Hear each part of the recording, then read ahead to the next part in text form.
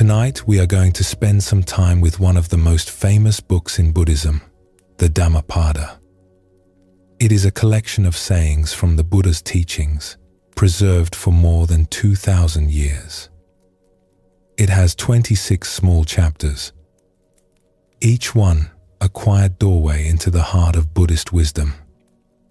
Tonight we are going to step through just one of those doorways, the chapter called the mind. Before we begin, feel free to share what time it is and where you're listening from. The teaching we'll hear tonight contains only 11 verses. But within those few lines, the Buddha explores something we all live with. The mind that will not stay still. The mind that, on a quiet night, becomes louder than the room around us. You do not need to know anything about Buddhism or meditation. The Buddha simply invited his students to listen, to look closely, and to see what was true in their own experience. That is the same invitation tonight. Take a slow, deep breath. Wherever you are, let yourself settle in. Thank you for joining us here at Midnight Monk. Let us begin. People often think their wandering mind at night is a personal flaw. You lie down to sleep, and the mind starts up. It goes to tomorrow. It returns to yesterday. It rehearses conversations. It frets, and the person lying there often blames themselves for it. Why can I not just rest? What is wrong with me? But this experience is not new, and it is not yours alone. It is one of the most universal experiences of being human, and one of the oldest things in the world to be written about. The Buddha noticed this same restlessness himself over 2,000 years ago. He sat with it. He watched his own mind do exactly what your mind does. And then he taught about it plainly to anyone who would listen. He did not call the wandering mind a problem. He did not call it a failure. He simply named it with great kindness and pointed to a way through. That teaching is preserved in a single small chapter of the Dhammapada, just 11 verses. And tonight, we are going to spend some quiet hours with those verses, beginning with one of the most relatable in all of Buddhist wisdom. There is a verse in the mind chapter that says this: hard to hold back, flighty, alighting where it will. It is good to tame the mind. A tamed mind leads to bliss. The Buddha is describing the mind exactly as it is. Not the mind we wish we had. Not the mind some imagined wise person has, somewhere far away. The mind we actually live with. Yours and mine. Flighty. Alighting where it will. He does not call the mind bad or broken or in need of fixing. There is no shame in this verse, no judgment, no demand that the mind should be different than it is. There is only description. The mind, as it actually is. Flighty. Hard to hold back. Alighting where it will. For many people, hearing the mind described this way is the first time they have ever felt their own experience met without judgment. Most of us were taught, somewhere along the way, to be ashamed of a wandering mind. We come to believe that calm people have calm minds, that meditation is about emptying the mind, that falling asleep should be easy. And if it isn't, we tell ourselves, something must be wrong with us. The Buddha says none of that. He tells us the mind is naturally restless, naturally hard to hold, naturally alighting wherever it pleases.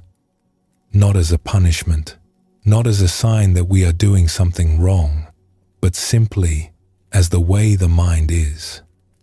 There is a teaching in Buddhism that the mind is like a small bird. Birds fly.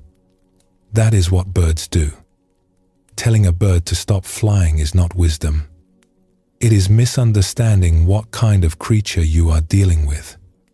The mind that comes to you at night, that goes to tomorrow's meeting, that replays the conversation, that wanders into worry, is not a broken mind. It is a mind doing what minds do. This is the first thing the verse offers. Relief. The simple, kind recognition that you are not broken. You are human. And then the verse goes on. It is good to tame the mind. A tamed mind leads to bliss. This second part is where some people get confused, because the word tame can sound harsh. It can sound like control, like force, like the mind is a wild animal that has to be subdued. But this is not what the Buddha meant. In the language of the Dhammapada, taming the mind is closer to befriending it, working with it patiently, learning its habits, becoming familiar with it the way you become familiar with anyone you have lived with for a long time. A tamed mind is not a silenced mind, nor a perfect one.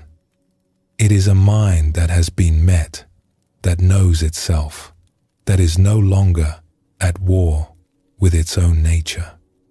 And the verse ends with a promise. A tamed mind leads to bliss.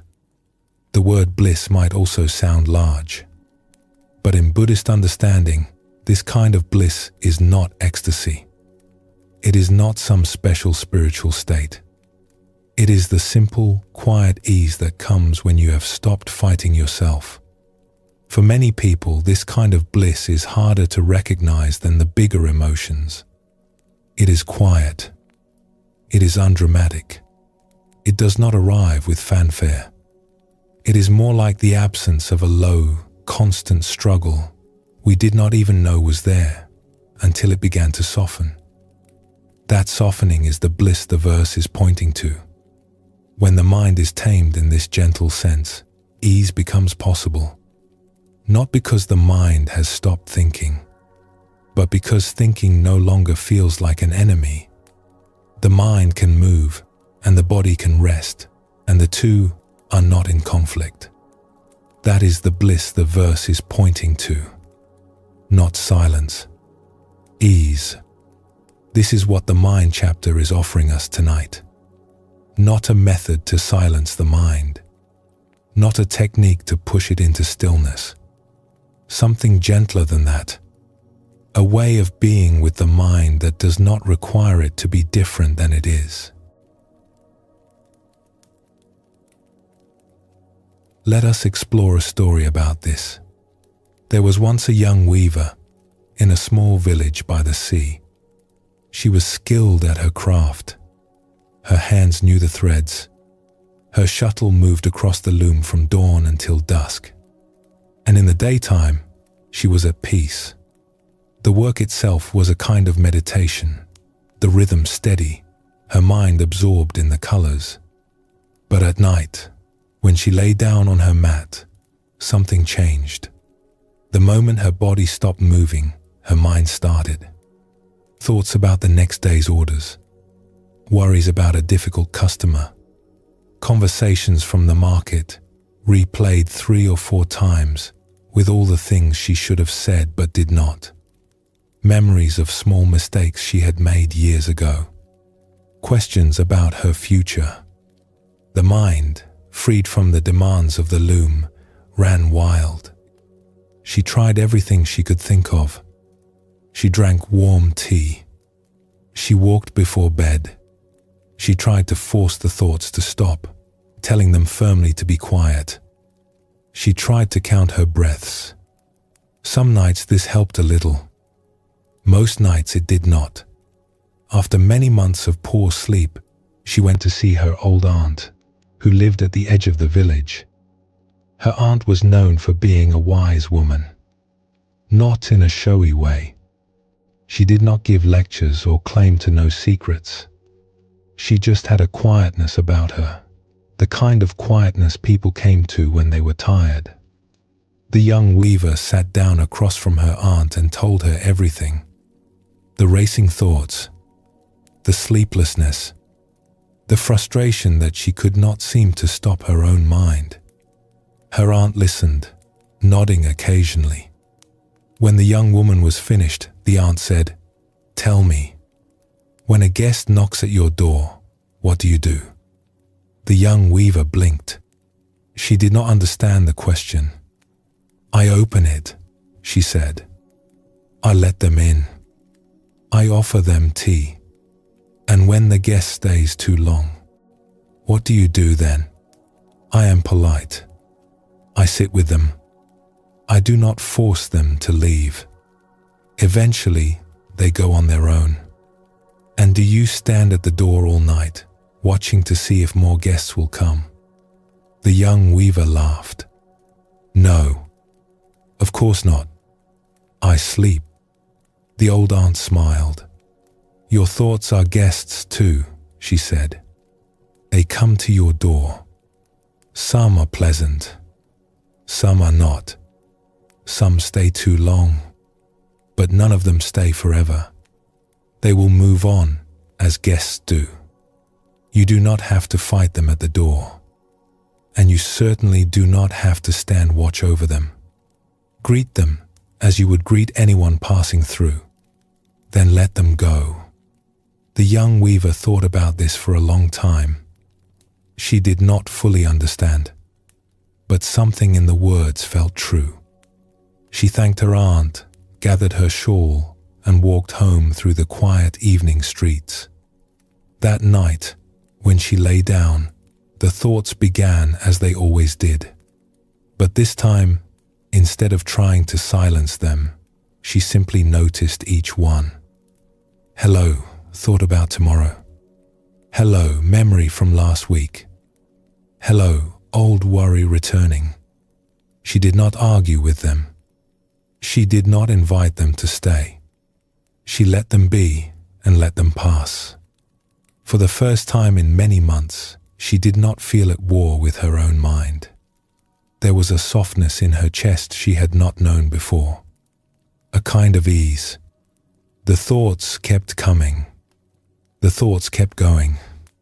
And she lay there, breathing in the dark, no longer fighting anything at all. The thoughts did not change for the young weaver. The mind did not stop. She did not learn some special technique to make her mind quiet. What changed was her relationship with what was happening inside her. This is one of the deepest teachings in Buddhism. That suffering in many cases does not come from the thing itself. It comes from our struggle against the thing. The thoughts at night are not the trouble. The fighting with the thoughts is the trouble. This was a central insight of the Buddha's teaching. That much of our suffering comes not from what happens to us, but from how we receive what happens. The thoughts arrive. They will always arrive. The suffering is in the way we meet them. And the verse is showing us how to meet them differently. The verse from the Dhammapada calls the mind flighty, alighting where it will. The young weaver had been trying, for many months, to stop the alighting. Her aunt taught her to let the alighting happen, to meet each landing with a quiet nod, and the mind, met that way, began to find its own rest. Let us explore another story. In a small mountain town, two old friends met after many years apart. They had grown up together as boys. Then life had carried them in different directions.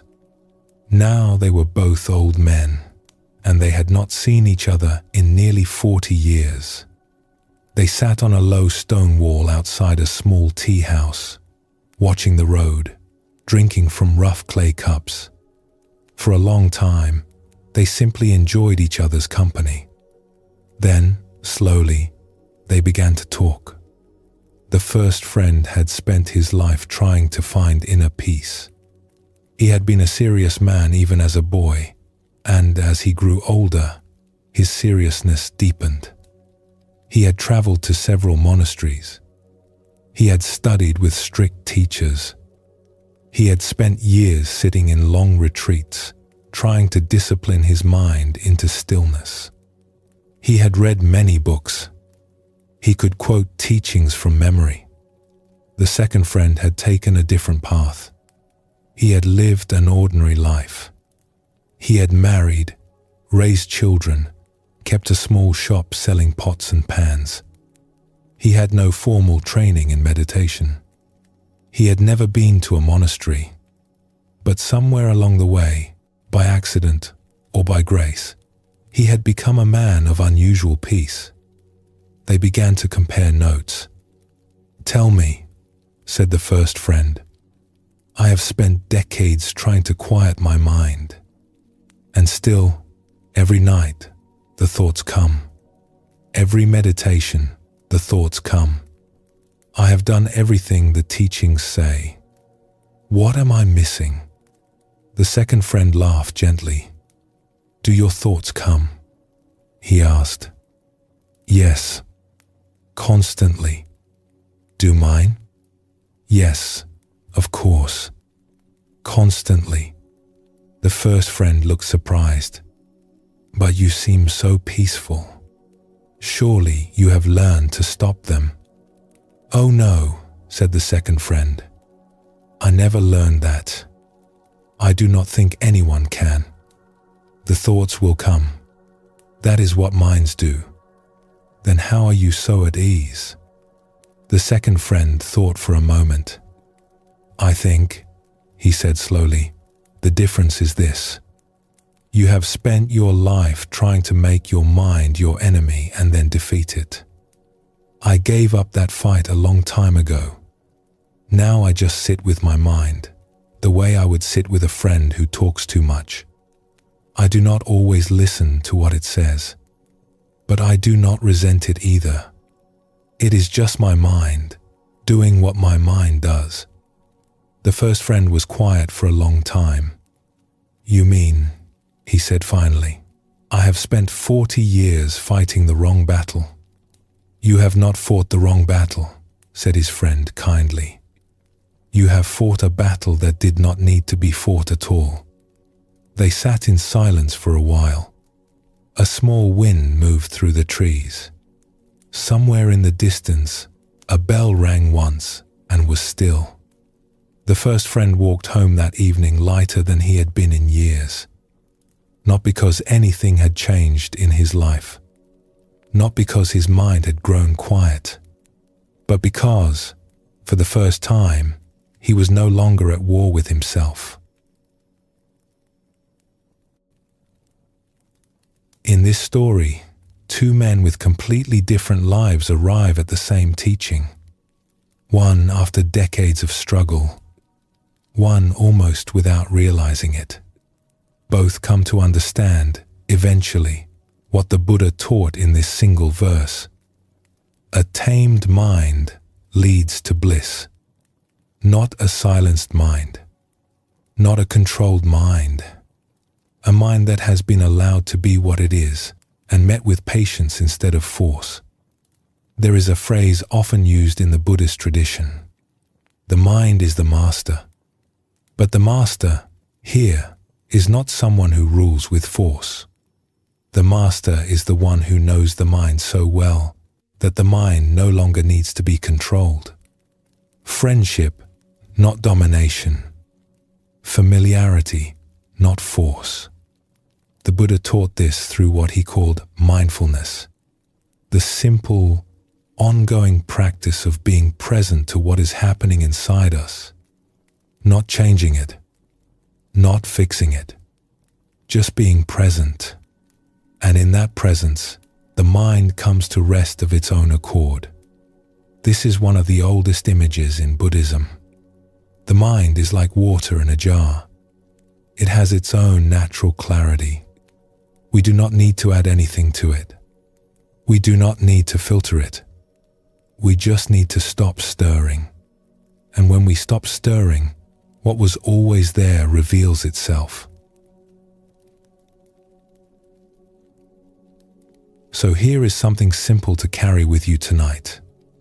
It is not a technique, really. It is more like a way of being with yourself. The next thought that comes to mind, instead of pushing it away, simply notice it. You do not have to name it, label it, or analyze it. Just see that it has arrived. And then, gently, see that it has gone. And then the next one will come. And the next. They will keep coming. That is what minds do. But you do not have to do anything about them. You do not have to chase them or silence them. You just have to be present to them, the way the old aunt told the young weaver, like guests passing through a doorway. Some welcome, some not, all of them passing. And as the mind softens, the body often softens with it. The shoulders, maybe. The chest. The breath. When the mind stops fighting itself, the body knows before we do. There is no effort to this.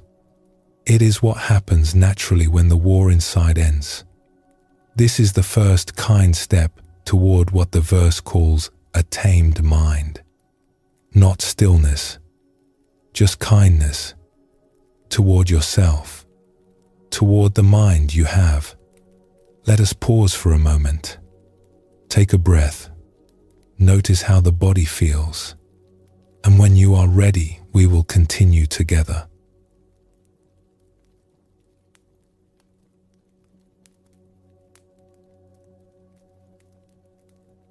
There is an image in the mind chapter that has stayed with people for over 2,000 years. Painters have painted it. Teachers have taught with it. Children have learned about it. And tonight, when we have set down our daily work and lie quietly in the dark, it can speak to us still. It is a simple image. A craftsman in a small workshop working slowly on a single arrow. The Buddha, in this chapter of the Dhammapada, compares the mind to that arrow. And he compares the wise person to the craftsman. What this image offers is one of the deepest teachings in Buddhism about how to work with a wandering mind. Not by force, not by demand, but through the slow, patient practice of return, of bringing the mind gently, again and again, into its own true shape. The verse goes like this. The mind quivers and shakes, hard to guard, hard to curb. The discerning straighten it out, like a fletcher straightens an arrow. A fletcher is someone who makes arrows. It is an ancient craft, perhaps the oldest precision craft there is. For thousands of years, before the invention of metalwork or pottery or weaving on looms, there were already fletchers, shaping arrows for the hunt. To make a good arrow, the wood must be perfectly straight. If it bends even slightly, it will fly off course. The hunter will miss. The arrow will be lost. So the fletcher works carefully, sometimes for hours on a single shaft, to bring it into true. But here is the thing about wood. It does not want to be straight. It has grown in the forest with its own natural bends. It remembers its old shapes. Even after the fletcher has straightened it once, it will sometimes return to its earlier curve overnight. So the fletcher does not work in one sitting. He shapes the arrow. He sets it down. He returns to it the next day. He warms it gently over the fire, just enough to soften the fibers. He sets the bend. He lets it cool. He puts it aside again. This is how a straight arrow is made. Not in one heroic effort. In many small returns. The Buddha looked at this craft, which he would have seen practiced in every village he passed through, and he saw in it a perfect picture of how the mind requires our care. The mind, like the arrow, has its own bends. Old habits of worry, old patterns of thought, long-established ways of returning to what is familiar, whether or not what is familiar is helpful. When we try to make the mind go straight in a single effort, when we declare, "I will not think about this tonight," or "I will silence my worries," we usually fail. The mind, like wood, has its own memory. But when we work with it the way a fletcher works with the arrow, something different happens. We notice the bend. We attend to it gently. We do not force it. We do not break it. We just bring it, with kindness, back toward the straight. And then we set it down. And then we return. The Buddha called this kind of practice mindfulness. The English word can sound thin, especially now when it appears on coffee mugs and yoga schedules. But the original meaning is closer to remembering. The practice of remembering, over and over, to come back, to the breath, to the moment, to the body, to the actual experience of this present life, which is the only life we have.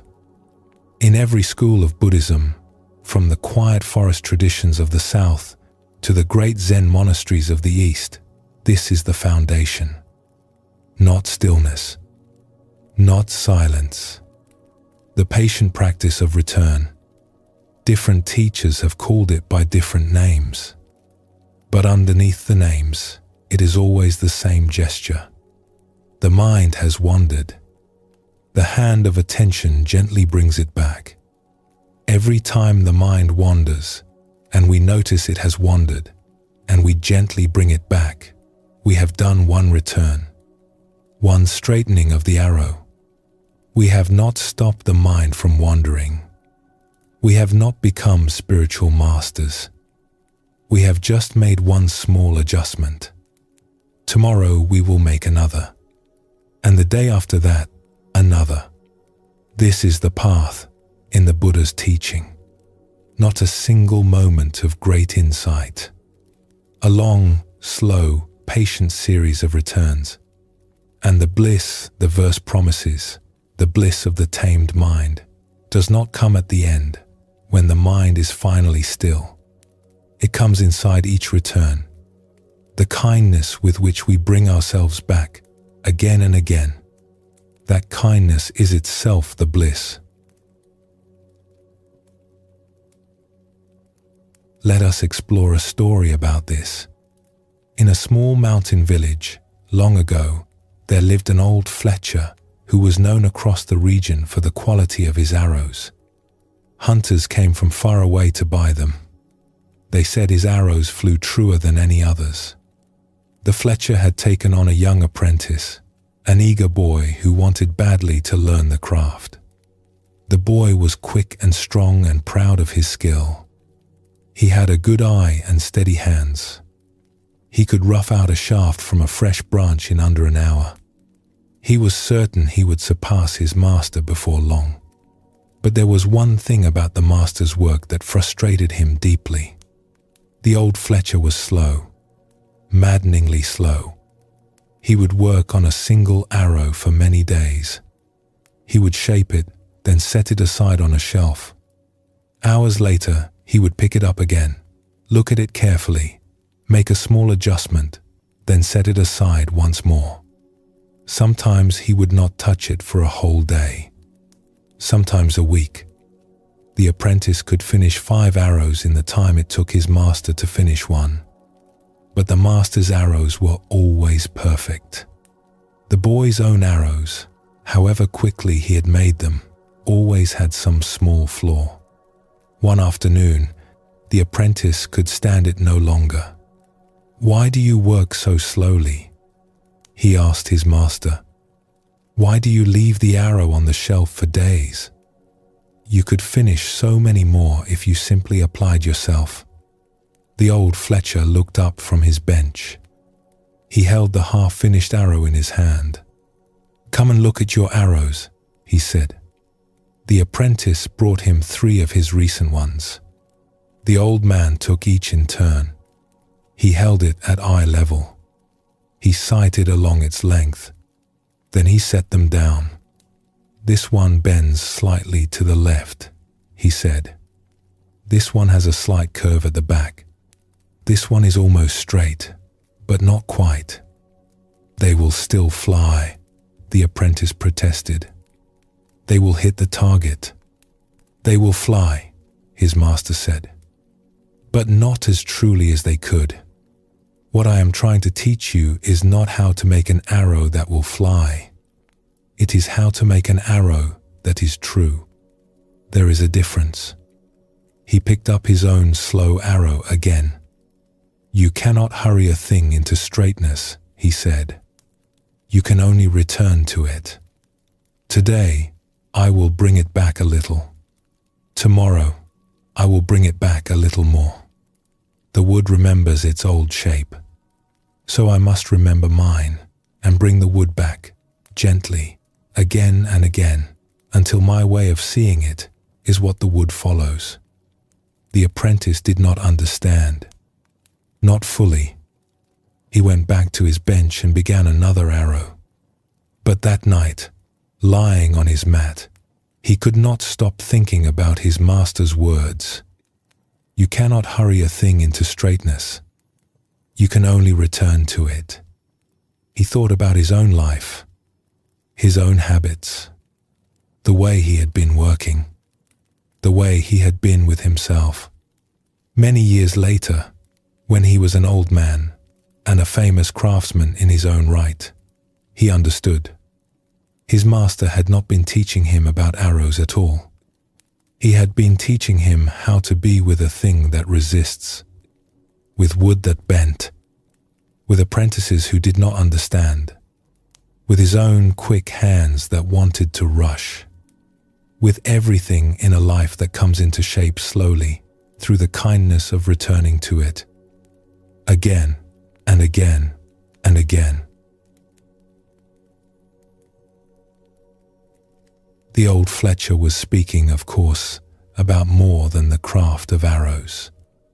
He was speaking about the slow work of becoming anyone we wish to become, about friendships, about skills, about the mind. In Buddhist understanding, this is one of the great laws of inner life. You cannot hurry the heart. You cannot hurry the mind. You cannot push the soul into shape through force of will. These things do not respond to pressure. They respond to attention.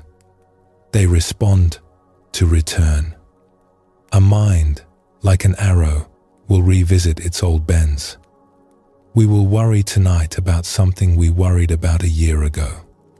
We will replay a conversation we have replayed 100 times.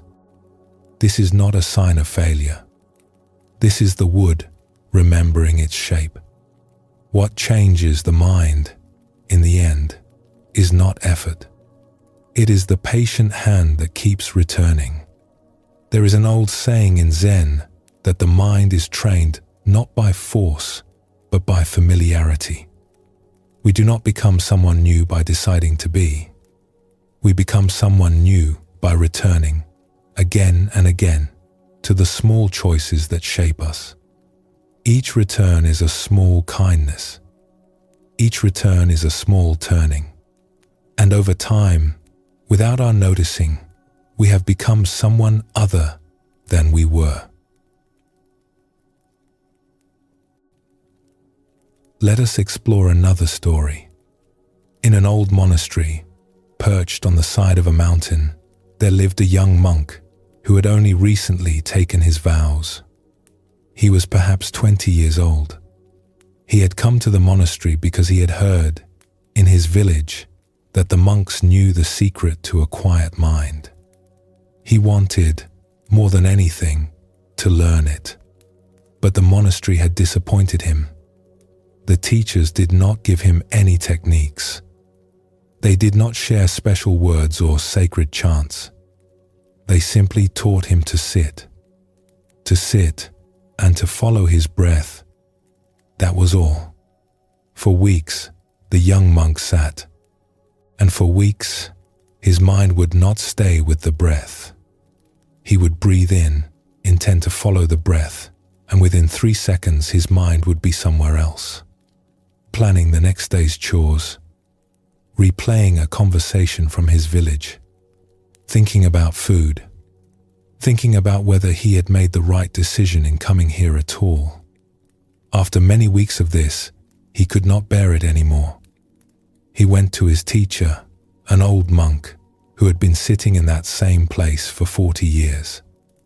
"I cannot do this," the young monk said. "I sit and I follow the breath and my mind goes somewhere else.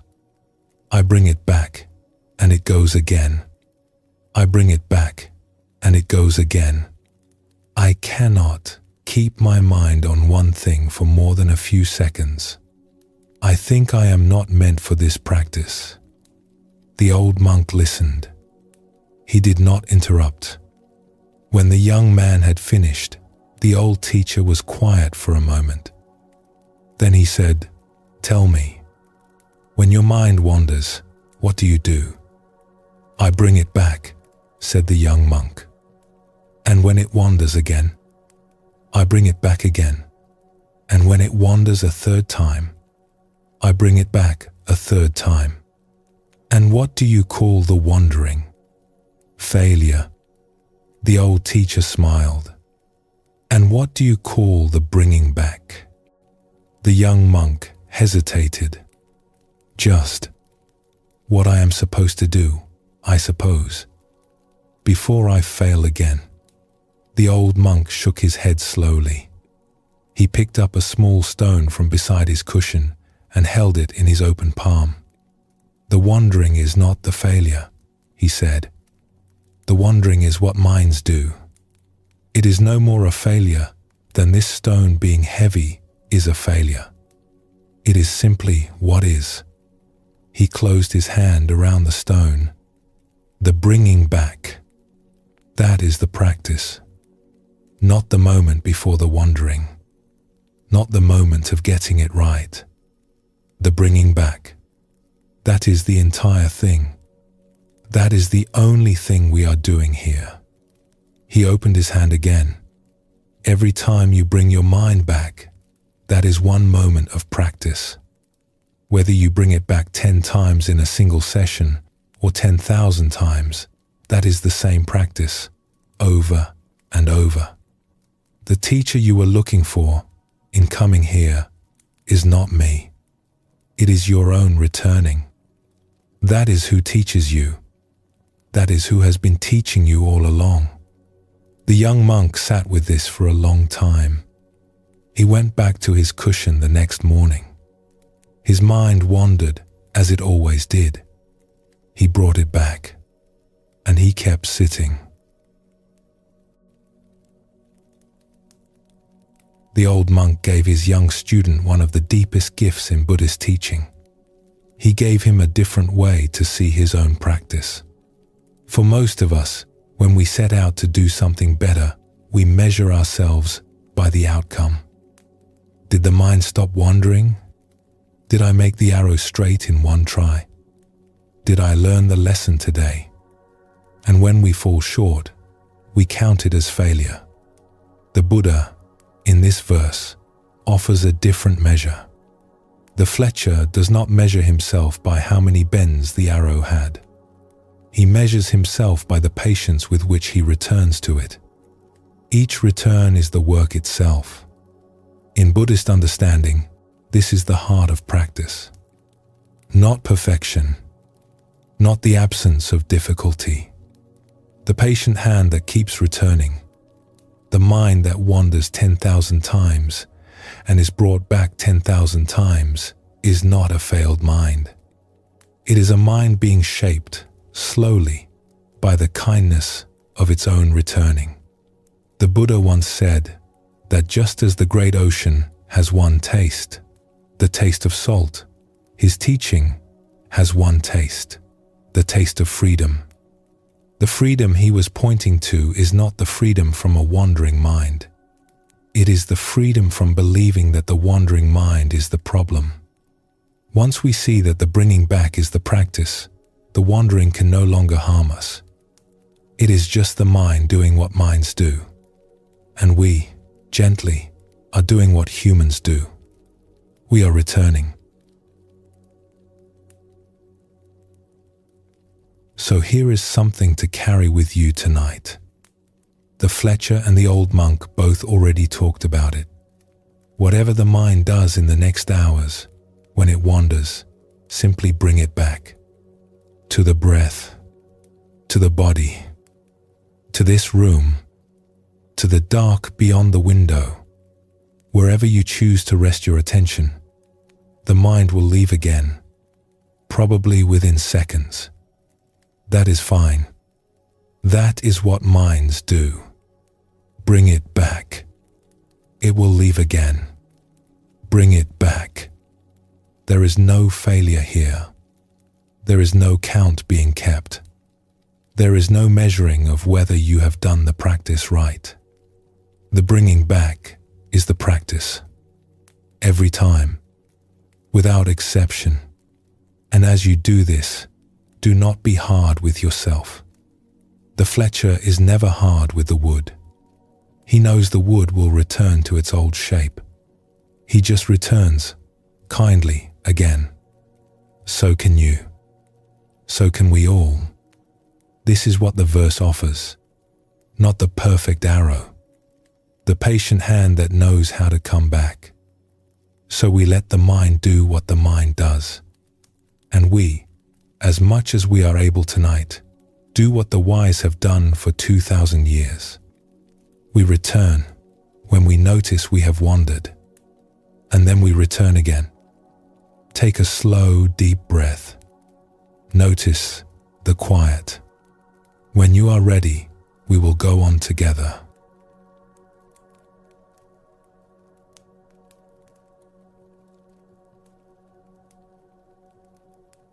The Mind chapter, in its 11 verses, mostly describes what the mind is like and how to work with it. But there is one verse near the middle of the chapter that does something different. It does not describe the mind. It describes the person who has tended the mind. It paints a small portrait of what is possible. The verse names 4 small things, 4 qualities available to any of us that quietly describe what happens when we have spent some time being kind to our own minds. The 4 sound ordinary at first, but each one points to something much deeper than it appears. They are, in fact, the thing most of us have been quietly looking for in everything we have ever pursued. The verse goes like this: whose heart is undamaged, who has given up right and wrong, alert, has nothing to fear. 4 qualities. Let us walk through them, one by one. The first is the undamaged heart. This is not the heart that has never been hurt. None of us have that heart, and the verse is not interested in pretending otherwise. The undamaged heart is the heart that has been allowed to heal, that has not carried every old wound forward, year after year, into the present moment. That is not still arguing in the dark with someone who hurt it long ago. Most of us walk around with hearts that are partially damaged, not because we are bad people, because we are alive. We have been hurt. We have hurt others. We have made mistakes. The question is not whether the damage happened. The question is whether we have let it heal. In the Buddhist understanding, healing is not the same as forgetting. The undamaged heart remembers everything. It just no longer uses those memories as weapons against itself or against anyone else. The hurts have passed through it and gone on. The second quality is the most surprising of the 4. The verse says, has given up right and wrong. This sounds at first, like something dangerous, as if the person were free of morality, as if they no longer cared. But this is not what the Buddha meant. The right and wrong in this verse is not ethics. It is the inner courtroom most of us live inside. The constant grading. Was I a good person today? Did I say the right thing? Am I doing this well? Did I make the right choice 5 years ago, 10 years ago, when I was 12? That inner court runs in the background all day for most of us. We barely notice it because we have lived with it our whole lives. It is the voice that grades each interaction. It is the voice that replays conversations at 3 in the morning and asks whether we said the wrong thing. To give up right and wrong, in the verse's sense, is to lay down this internal judge. Not to abandon ethics. To abandon the courtroom. The person in the verse still acts with kindness. They simply no longer audit every breath of their lives. The third quality is alert. This word can sound tense like vigilance, but that is not what the verse means. There are 2 kinds of alertness. The first is the alertness of fear. The animal in the field, scanning for danger. The mind that is on guard against threats. Most of us know this kind well. It is exhausting. The second is the alertness of presence. The grandmother who notices her grandchild's small change of mood. The fisherman who knows from the surface of the water what is happening beneath. This is not the alertness of fear. It is the alertness of love. The verse means this second kind. Alert because awake. Alert because present. Not because something dangerous might happen. And the last quality has nothing to fear. This is not the absence of fear because nothing can go wrong. Things can go wrong. The Buddha was speaking to people who lived in a world even more uncertain than our own. He was not promising them safety. What he was promising was something deeper. The foundation underneath us, the verse says, does not depend on what happens. The events of life will come. Some of them will be hard. But the bottom of us, the heart itself, is not what those events arrive at. The events arrive at the surface. A person with nothing to fear is not a person who has been promised that nothing will hurt them. It is a person who has discovered that nothing essential can be taken from them. What is that essential thing? The verse does not name it. But the mind chapter has been pointing toward it the whole time.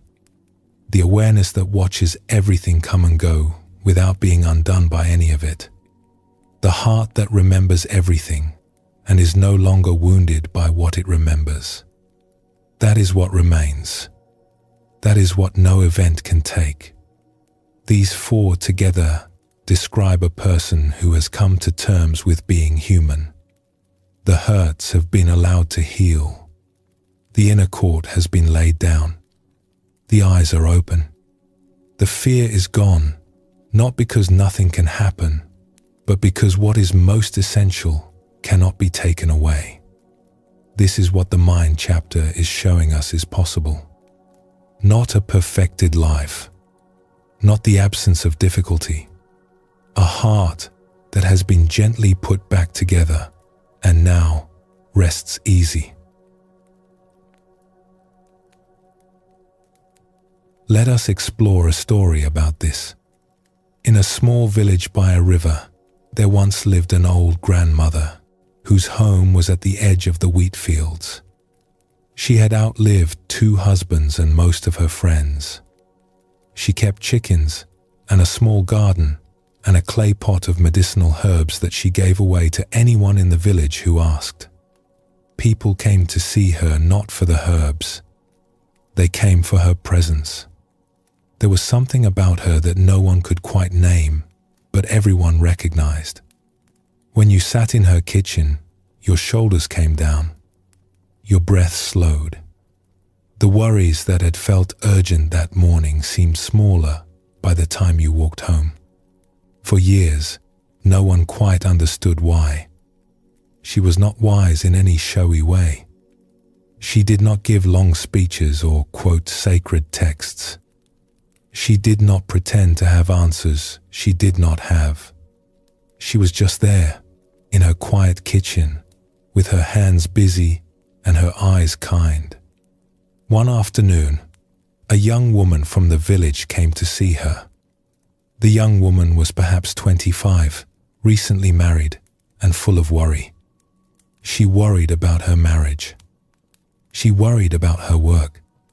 She worried about her parents getting older. She worried about whether she was a good person. She worried about the worry itself. The grandmother poured them both tea. She listened. She did not interrupt. When the young woman had said everything, the grandmother set down her cup. "I have been watching you for years," she said, "since you were a small child." "I know," said the young woman. "You are afraid of so many things." "Yes." "May I ask you something?" said the grandmother. "Of course. You came to see me today because something in you knows that I am not afraid. Is that right?" The young woman thought about it. "Yes, I think so. It is not because I have had an easier life than you," the grandmother said. "I have lost more than you have lost. I have hurt more than you have hurt. I have made worse mistakes than you have made." She paused, looking out the window at the wheat moving in the wind. "Many years ago," she said, "I stopped grading myself. I stopped asking whether I was doing well, or whether I was a good person, or whether I had said the right thing. I just did the best I could, and then I let the day go. And after a while, I stopped grading other people too. I just let them be themselves. And do you know what I discovered?" "What?" "There was nothing left to be afraid of. The fear, all along, had been about the grading, about what the verdict would be. When I stopped passing judgment, the fear had nowhere to land. It just dissolved." The young woman sat in the kitchen for a long time. She did not say anything. The fire crackled. A chicken made a soft sound outside. When she finally rose to leave, the old grandmother walked her to the door. They embraced once, quickly. Then the young woman walked home through the wheat fields, slower than she had come. She did not have answers, but something in her had begun, very quietly, to let go. The grandmother gave the young woman the second quality of the verse, the laying down of the inner judge, and the moment she described, the moment when the fear had nowhere to land, is one of the great hidden movements of any human life. Most of us never see this. We do not notice that our fears are not, finally, about the things we think they are about. They are about the verdict. They are about whether we will pass the inner test, the test of being a good person, the test of being right, the test of being adequate to the day. When the test is finally set down, the fear has nothing to attach to. There is no failure to dread. There is no judgment coming. There is only this moment and the small kind work of meeting it. Let us explore another story. In an old monastery, high in the mountains, there lived a monk who had been practicing for almost 60 years. He had entered the monastery as a young man. He had grown old within its walls. Most of his original teachers were long gone. His friends from the early days had moved on, or passed away, or grown into elders themselves. He was not famous. He had written no books. He had not founded a school of his own. He had simply stayed, year after year, doing the small, ordinary work of monastic life, tending the gardens, sweeping the courtyard, sitting in meditation each morning and evening, greeting visitors who came up the long mountain path. One day, a young traveler made the climb. He had heard in his village that there was a very old monk at the top of the mountain who was said to have found peace. The young traveler had been searching for something he could not quite name. He had read books. He had visited teachers. He had tried many things. None of it had brought him what he was looking for. He was led to a small room where the old monk sat on a worn cushion. The monk looked up. He gestured to a second cushion. The young traveler sat down. For a while, neither of them spoke. The old monk seemed perfectly at ease in the silence. Finally, the young traveler said, "I have heard you have practiced for 60 years. Yes. May I ask what you have gained?" The old monk thought for a long moment. He looked at the small window, at the patch of sky beyond it. He looked at his old hands. Then he looked at the young man. "I am at home in myself," he said. The young traveler waited. He had expected more. A list, perhaps. Specific powers. Specific insights. Some doctrine that would change his life. "That is all?" he said. "That is all," said the old monk. The young traveler felt something close to disappointment.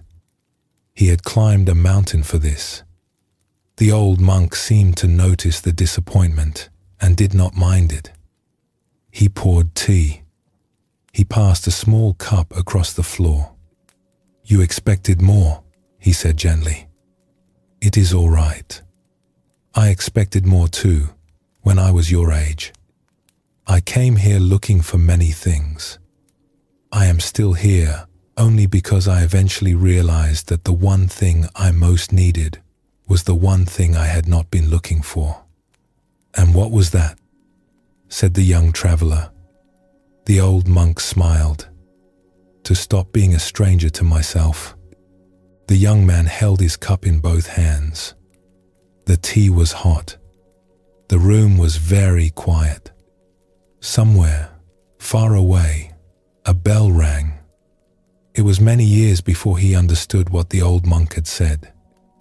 But on the long walk down the mountain that afternoon, he found himself, for the first time in a long time, with no questions to ask. And he did not know yet why that felt like everything. The old monk had received the gift of an undamaged heart. He had become someone who could lie down at the end of the day without anything in him still arguing. Not because his life had been free of hurt. He had carried losses. He had made mistakes. He had been a young man, and now he was old. But the heart he carried was no longer carrying everything else. In Buddhist understanding, this is what the long, slow work of mind tending eventually leads to. Not powers, not visions, not the ability to do remarkable things. Something much quieter and much more rare. The capacity to be at home in oneself. The Buddha called this our birthright. Not something we had to earn from outside. Something we returned to once enough of the layers of struggle had been allowed to fall away.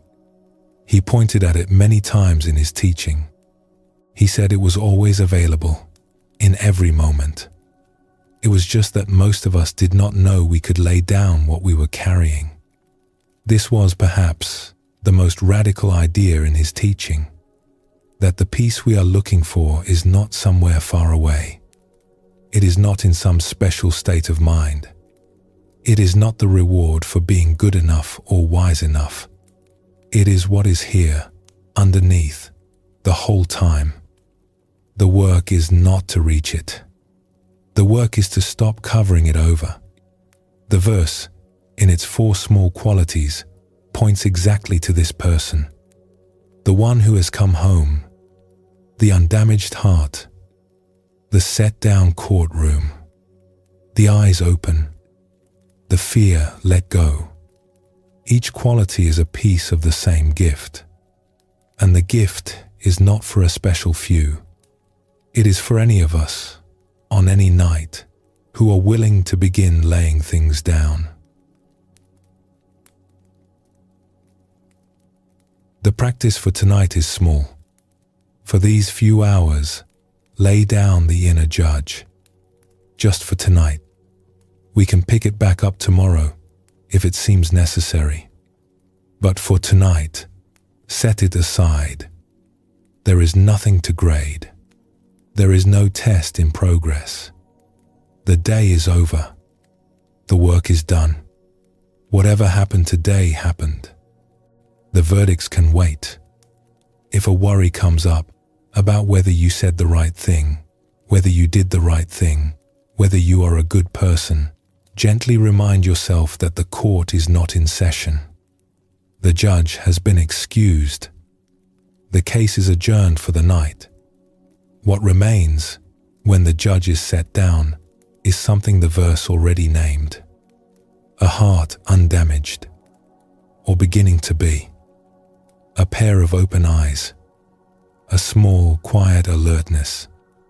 And, somewhere underneath, a foundation that does not depend on the events of any given day. You do not have to deserve this. The verse does not ask whether you have earned it. It simply offers it. To anyone willing, on any night, to let the judge go home. So tonight, just for now, we let the judge go home. We let the day go. We let the heart be as it is, and the breath find its own pace. Let us rest here for a moment. Take a slow, deep breath. Notice what has begun to soften. When you are ready, we will continue.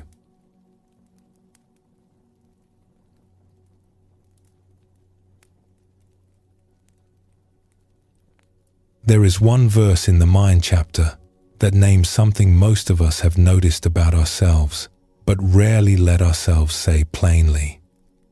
It is an honest observation, given gently, about how the mind works in the dark. The Buddha was a careful teacher. He did not say hard things to wound people. He said hard things to free them. And the verse we are about to hear is one of his most freeing observations, even though, on first reading, it can sound stark. What the Buddha is going to say, in plain language, is this. Most of the trouble in our lives does not come from outside us. It comes from what our minds do with what comes from outside. The events arrive, and then the mind takes those events and turns them into something larger and longer and heavier than they ever were. This is not a verse to be afraid of. It is a verse to be relieved by. Because if our trouble is in part something we are doing, then it is in part something we can stop doing. The verse goes like this. A mind that has gone astray would do you more harm than any difficulty you could face from outside. A mind gone astray. The Buddha is not, here, speaking of a morally wandering mind. He is speaking of something much smaller and much more common. A mind that has been left alone with its own habits and has slipped into the grooves it knows best. The grooves of worry. The grooves of grievance. The grooves of replaying what cannot be unsaid or undone or unlived. We have all known a mind that has gone astray. It is the mind that wakes us at 4 a.m, replaying yesterday's conversation. The same mind that goes over and over a single sentence someone said 3 years ago. The mind that imagines a future conversation with someone we may never see again and rehearses it 5 times before sleep finally comes. This is what the verse means by a mind gone astray. A tired mind, an untended mind, a mind doing what minds do when no one is gently watching them. And the verse makes a claim about such a mind. It says that such a mind would do you more harm than any difficulty you could face from outside. Most of us, when we first hear this, want to push back. We have known real difficulties. We have known losses, betrayals, illnesses, disappointments, griefs. Surely the Buddha cannot be saying that the worry in our own heads is worse than those. The Buddha is not denying the reality of outside difficulty. He is making a more careful claim. He is saying that, in most lives, the trouble that wears us down the most is not the difficulty itself. It is the rehearsing of it, the replaying, the thinking about it long after it has happened. A loss happens once. Grieving it happens many times. The grief is the necessary work of being human. But the rumination, the long internal chewing on what cannot be changed, is something different. It is the mind that has gone astray and is now multiplying the difficulty long after the difficulty is over. The Buddha was a careful observer. He had watched his own mind for many years. He had watched the minds of his students. He knew that when we lie awake at night, the thing keeping us awake is not usually the thing itself. It is the mind's relationship with the thing. The mind playing the same notes over and over, on the same instrument, for hours, when the song could have ended much sooner. This is one of the deepest insights in all of Buddhism. That much of our suffering is not the original event. It is the second arrow. The first arrow is the difficulty that comes from outside. The second arrow is the one we send into ourselves by replaying the first. And the second arrow, the Buddha said, is often the one that wounds us most. In Buddhist understanding, this is one of the most important distinctions in the whole path. There is the pain that life brings, which is inevitable. And there is the suffering that we add on top of it, which is not. The first cannot be avoided. The second can, slowly, be set down. And the verse we are sitting with tonight is one of the clearest pointings to this truth in all of Buddhist literature. The verse is not blaming us for this. It is pointing at it, so that we can see it, so that we have the chance, if we choose, to set down the second arrow, to let the first wound heal, to stop multiplying what was, originally, only one event. There is a kind of relief that comes with this teaching when it is heard rightly, the relief of recognizing that what is keeping us awake is not the world. It is something much smaller and much closer and much more under our influence than we knew. Let us explore a story about this. In a small town at the foot of the hills, there once lived a baker. She had built her business slowly, over many years, from a tiny stall in the market into a proper shop with 2 ovens. She made good bread. People came from neighboring towns for her loaves. When she was perhaps 30 years old, a miller from the next valley had cheated her. He had promised her a large quantity of fine flour at a fair price. She had paid him in advance, as she usually did with trusted merchants. The flour, when it came, was of much lower quality than what they had agreed on, and less in quantity than what she had paid for. She confronted the miller.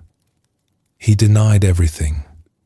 He was a powerful man in his village, and she was a young baker just starting out. There was no court that would side with her. In the end, she absorbed the loss. It was a hard moment. But she went on.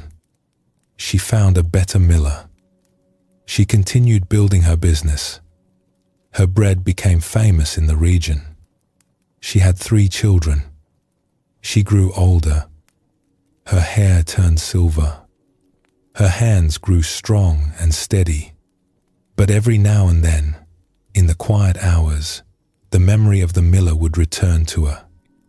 She would lie awake in the dark, going over what he had said, what she should have said in return, what she might do even now to make him understand how much harm he had caused. She would imagine confrontations, rehearse arguments, feel the old anger rise as if it were new. This had been going on for 15 years. One evening, when she was perhaps 45, she was sitting alone in her shop after closing. The ovens were cooling. The day's work was done. She poured herself a cup of tea, and as she sat, the memory of the miller came again, as it sometimes did, and she felt the familiar anger rise. But this time, something different happened. She caught herself. She thought, how many times have I had this exact conversation in my head? She had no idea. Hundreds. Thousands. She picked up a piece of paper and began to estimate. A few minutes here, 10 minutes there, sometimes an hour at night when she could not sleep. Spread out over 15 years. By her best calculation, she had spent something like 500 hours of her life replaying a single transaction that had taken less than 1 hour to occur. She sat with the number for a long time.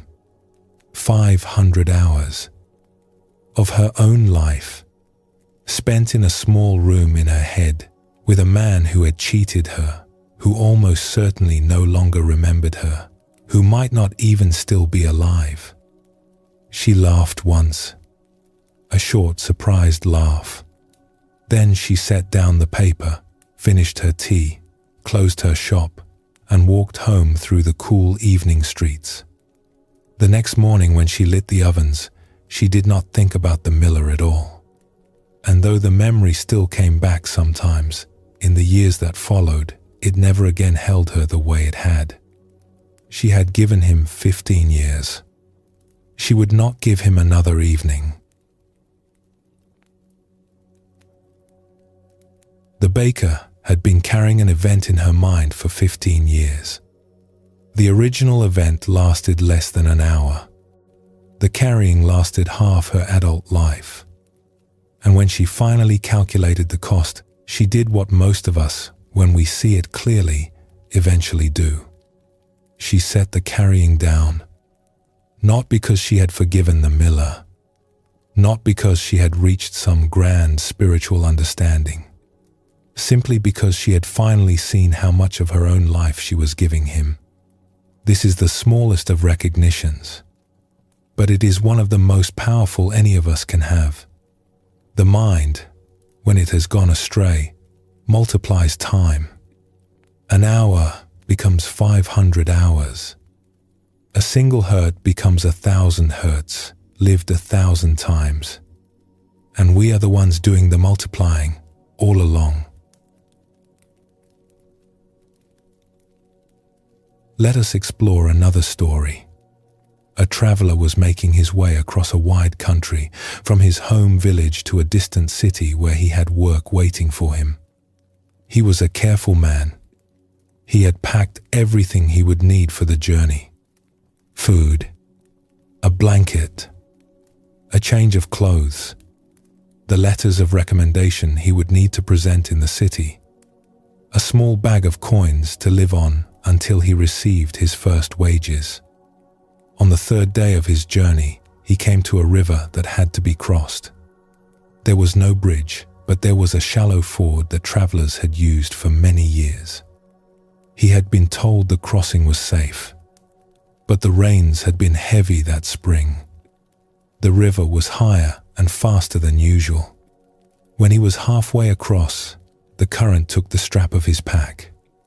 The pack tore loose from his shoulder. By the time he scrambled to the far bank, it was already gone, carried downstream. He stood on the bank and watched the river. His food was gone. His blanket. His clothes. The letters. The coins. Everything he had brought. He sat down on a rock and put his head in his hands. He did not weep, but something in him collapsed. For perhaps an hour, he stayed there. The afternoon sun moved. He did not move. He went over and over what he had lost. The letters had taken his uncle 3 months to write. The coins were the last of his savings. The blanket had been a gift from his mother. He thought of each item, and the loss of each one struck him fresh, like a separate blow. He was so caught up in this that he did not at first notice the old pilgrim sitting nearby. The old man had been there for some time, also resting from his own journey. He had a small bowl in his lap, and he was eating a piece of bread quietly. When he saw that the traveler had finally noticed him, the old pilgrim spoke. "The river took your bags," he said. The traveler nodded. "It has not taken your peace. Only you can give that away. Will you?" The traveler stared at him. He did not know what to say. The old pilgrim broke his bread in half and held out one piece. "Eat," he said. "There is more bread in the world." The traveler took the bread. He held it for a moment. Then he ate it, slowly. When he had finished, the old pilgrim spoke again. The river kept its own counsel. It took what it wanted. You and I cannot stop a river. But what you do in the next hour is yours to decide. You can sit here and lose the rest of the day to the same river that took the morning. Or you can stand up and walk on, and the river will only have taken your bags. The traveler sat for a while longer. Then he stood up. He thanked the old pilgrim. He walked on toward the city. He did not have his clothes, his letters, his savings, but he had his life. He had the road ahead, and he had a small piece of wisdom that he had not known when he set out that morning, and that he would carry the rest of his days. The river took the traveler's bags. That was the first arrow. He could not have stopped it. He could not have undone it. But what he was doing on the rock, in the long hour after the loss, was the second arrow. The thinking, the replaying, the accounting of every item, again and again. The mind had gone astray. The river had stopped taking things, but the mind was still taking from him every minute he sat there. By the end of that hour, the loss of his bags had become much smaller than the loss of his peace. The old pilgrim gave him a Buddhist teaching, even though he did not call it that. He pointed out that the river had done what rivers do. The bags were gone. That fact could not be argued with. But what the traveler did in the next hour, with his own mind, was a different matter. The mind, unlike the river, was his. This is the heart of what the verse is teaching. The events of life are not what we have the most influence over. The mind, in its response to those events, is what we can come to know and tend and slowly bring home. And when the mind comes home, the second arrow stops flying. There is only what actually happened, which was always smaller than what we had been carrying. The Buddha taught in many places that this is the true work of a contemplative life. Not to escape the world, where the river always takes something eventually, but to come home to the mind, where we have some say in what we do with what the world brings. The world is not ours. The mind, in time, becomes ours.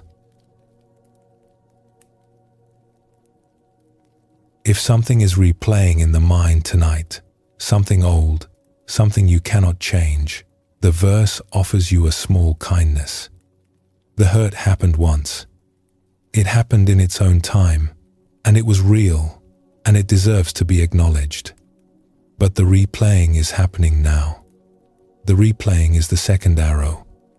And the replaying is something the mind is doing in this moment, that the mind can also stop doing. This is not about pretending the hurt did not matter. It mattered. It still matters. The work is not to deny it. The work is to notice when the mind is replaying and to choose, gently, not to feed the replaying. To say to the mind, the way the old pilgrim spoke to the traveler, the river has already taken what it took. The thinking does not bring back what is lost. The thinking only loses more of what is here. And then, breath by breath, to let the replaying pass. Not by suppressing it, by no longer agreeing to be carried by it. The thoughts may keep coming, but we no longer have to follow them down the same old paths. So tonight, if there is anything still being multiplied, anything still being replayed, this may be an hour to begin laying it down. Not all at once, just a little, just for now.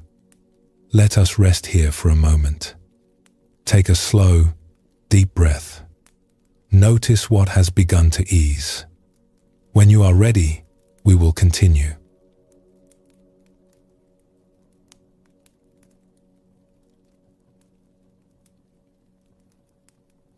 The previous verse gave the mind chapter's hardest recognition, that the mind, untended, can multiply the trouble life brings. This verse, written immediately after it, is its companion, and it gives the chapter's most surprising promise. The promise has to do with companionship, with the kind of friend most of us have spent our lives looking for. The friend who is steady, who is patient, who is there in the middle of the night, who knows us well enough to comfort us when no other comfort lands. We have searched for this friend everywhere. The verse is going to tell us where this friend has been the whole time, and it is going to suggest that we have, for our whole lives, been looking past the one place that could ever have given us what we were seeking. The verse goes like this: a rightly directed mind would do you more good than your mother or father or any other relative.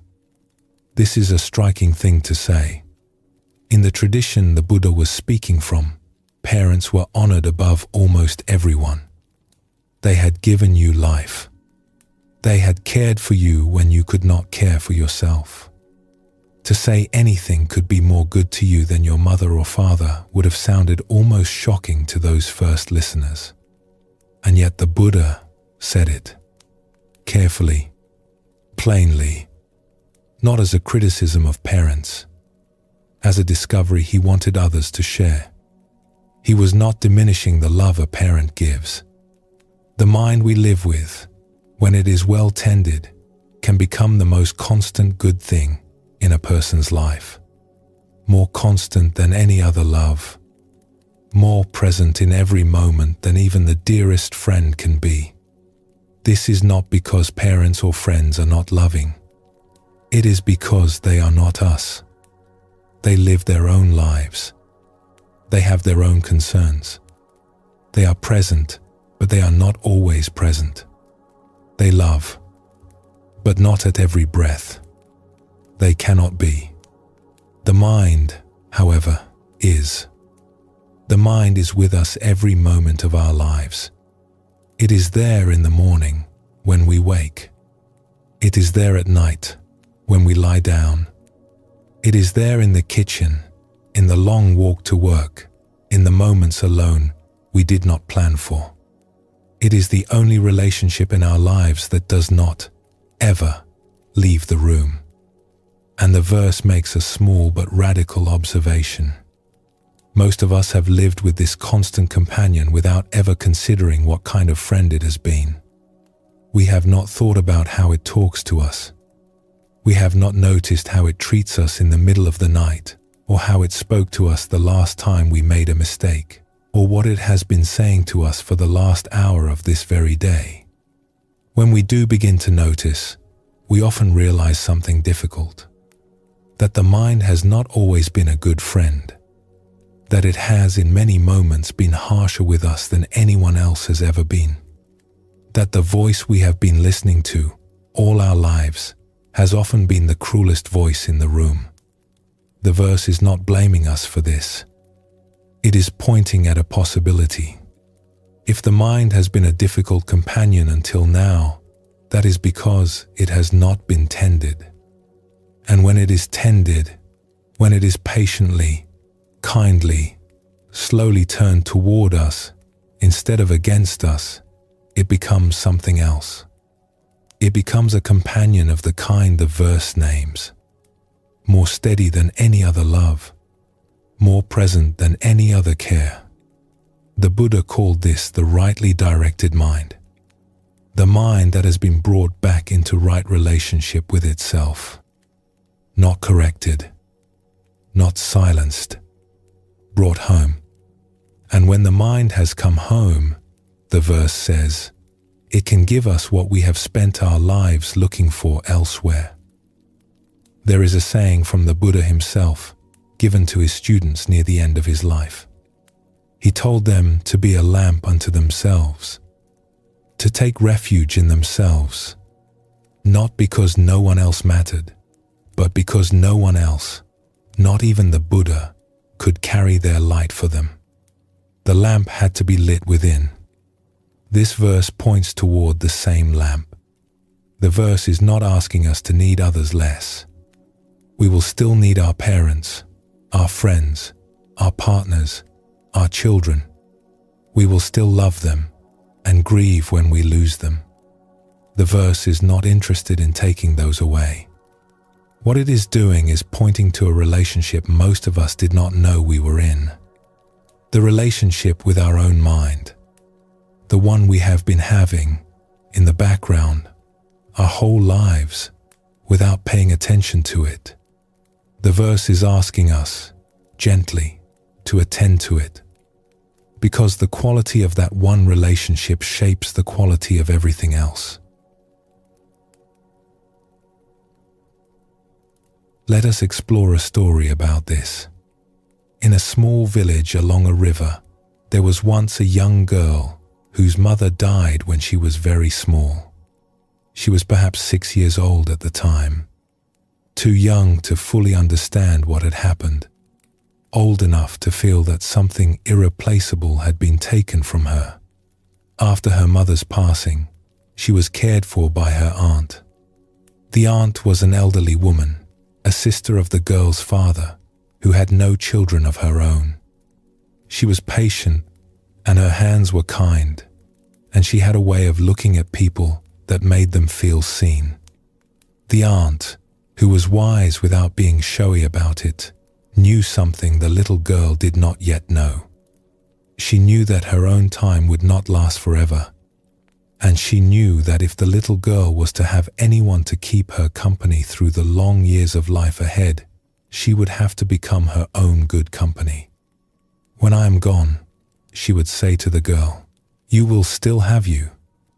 Make sure that you are someone you would want to be with. So the aunt did something many adults do not think to do. She did not just love the little girl. She taught her to love herself. When the girl made a mistake, the aunt would say, what would your mother have said to you if she were here right now? The girl would think for a moment and find some kind words, and the aunt would say, then say those words to yourself. They are still here. Just give them to yourself. When the girl felt sad, the aunt would say, how do you imagine your mother held you when you were a baby? Hold yourself that way now. When the girl woke at night in distress, the aunt would say, you can be a kind voice to yourself. Try it. Just for 1 minute. Try. The girl slowly learned. She did not understand at the time what she was being given. But over the years, she became someone who knew how to be gentle with herself. She knew the words to say when she was hurting. She knew the way to hold her own heart.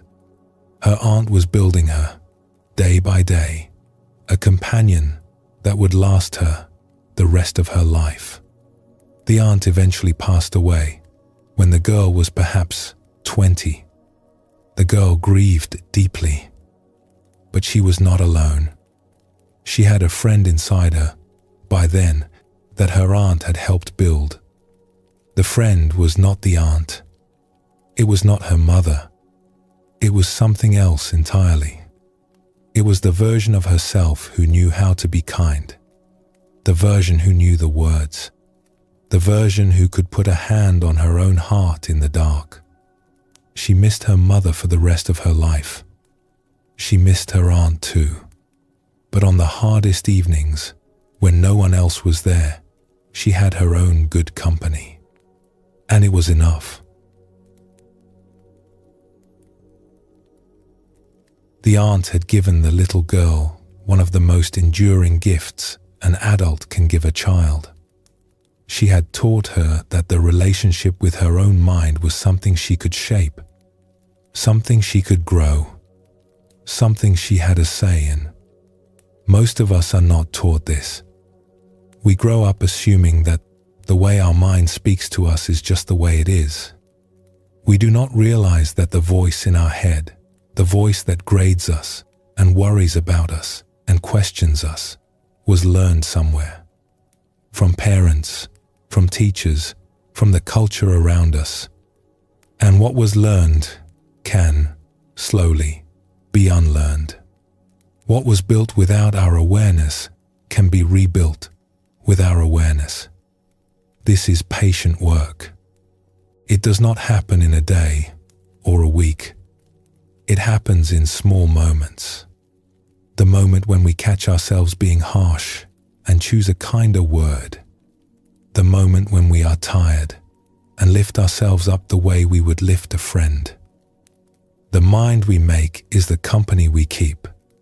The verse is telling us, gently, that the company can be very good company indeed. Let us explore another story. In a forest in the high country, there was once an old monk who lived alone in a small hut. He had been there for many decades. He had built the hut himself, when he was younger and stronger, from logs he had cut from the surrounding trees.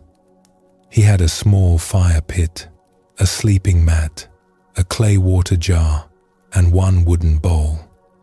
That was nearly everything he owned. Once or twice a year, a younger monk from the monastery in the valley below would climb the long path to bring him supplies.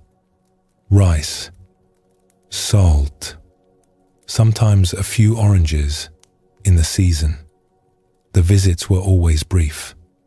The old monk did not need much conversation. The young monk would unload the supplies, share a cup of tea, and head back down before dark. One such visit, in late autumn, a new young monk made the climb for the first time. He had heard about the old man, but he had never met him. He was curious. He carried the supplies up the steep path and arrived in the late afternoon to find the old monk sitting outside his hut, watching the trees. They greeted each other. They drank their tea. They sat in silence for a while. The young monk had been told that the old monk did not like to talk, but the young one was new and curious, and the silence weighed on him. Finally, he asked the question that had been on his mind for the whole climb. "May I ask you something?" he said. "Of course. Are you ever lonely up here?" The old monk did not answer right away. He looked at the trees. He looked at his hands. He looked at the small smoke rising from the fire pit. Then he looked at the young monk and laughed. It was a warm laugh, not mocking, genuinely amused. "Lonely?" he said. "Yes, you have been here for so long. There are no other people. There is no one to talk to. Do you not get lonely?" The old monk smiled, more gently. "I have lived with myself for 60 years, he said. "I know my own company. It is good company. How could I be lonely?" The young monk thought about this. He had expected the old man to say something else. Perhaps that he had transcended loneliness through meditation. Perhaps that he was lonely sometimes but had learned to bear it. The actual answer surprised him. The old monk seemed to read his face. "You think I am being clever," he said. "I am not. I am only telling you what I have found. When I was your age, I had not yet met myself. I lived with myself, but I did not know myself. Now I have known myself for a long time. We have lived together.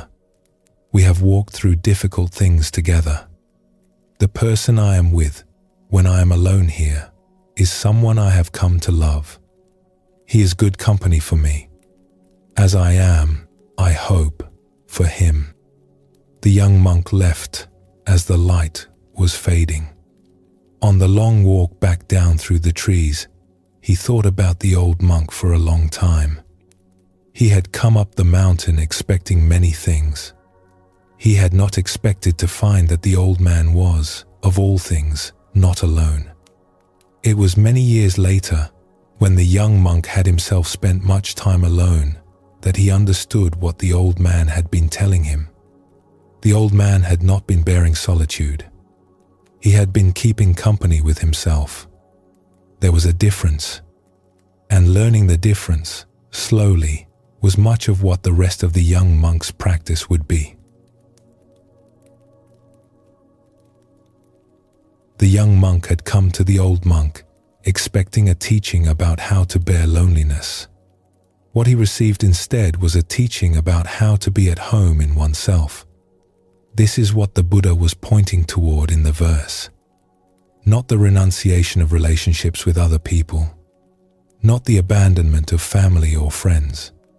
Something gentler than that, and something deeper. The recognition that the most constant relationship in any human life is the one we have with our own mind. We will spend our lives with many people. Some will stay near us, some will pass through. Some we will love and lose. Some we will lose and never quite stop loving. But the mind is with us all of it. Every birth, every loss, every quiet evening, every difficult morning. The mind is the only companion that does not, ever, leave the room. The Buddha was offering an extraordinary recognition that this one constant companion, the one we have not chosen and cannot send away, can be the kindest friend we will ever have. Or, if we leave it untended, it can be the harshest. The choice, in the long quiet hours, is partly ours. When we tend the mind well, when we are patient with it the way a friend is patient, it becomes, in time, the friend it could not be while we were ignoring it. This is why, in Buddhist teaching, the work of meditation is so often described as coming home. Not as going somewhere new, not as becoming something different, just as returning to a place that has always been there, that we have always been a part of, but that we had somehow forgotten was ours. The practice for tonight is small. The mind you are lying with is your oldest companion. It has been with you since you were a child. It will be with you when you are very old. It will be with you in every moment between now and then. What would you offer a friend who had been with you that long? A friend who had walked through every difficult night you had ever had? A friend who knew every secret you had ever kept? Tonight, offer that friend a small kindness. Speak to the mind, in the dark, the way you would speak to a good friend who was tired, without irritation, without rushing it, without grading its every move, just with the simple kindness of someone who knows the friend deserves it. When this becomes possible, even for a moment, the verse begins to come true. The mind, met with kindness, gives kindness back, without fail, because the kindness was, the whole time, what it was made of. So tonight, let the friendship begin, or let it continue. The mind has been waiting a long time to be met this way. Rest here. Breathe slowly. Let what has been said settle in its own time. When you are ready, we will go on together.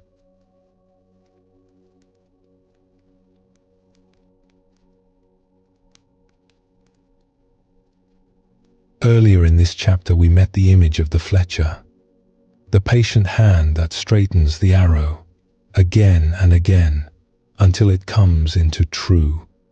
That image showed us one way of working with the mind, an active way, a way of returning to the work over and over. The chapter has a companion teaching for it, a teaching about another way of working with the mind, quieter than the first, the way of simply watching. These two ways belong together. They are the two hands of a balanced practice. The one we have already met does the work of adjustment. The one we are about to meet does the work of guarding. In Buddhist understanding, you cannot have one without the other for long. The hand that adjusts needs the eye that sees. Otherwise, the hand does not know what needs adjusting. The verse we are about to hear uses the word protect.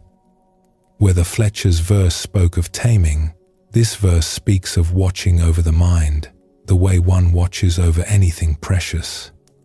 With care, with attention, without needing to interfere. The verse goes like this: so hard to see, so subtle, alighting where it will. The discerning protect the mind. A guarded mind leads to bliss. The verse begins with a recognition. The mind is hard to see. It is subtle. It alights where it will. What does this mean, hard to see? The mind, in its workings, is mostly hidden from us.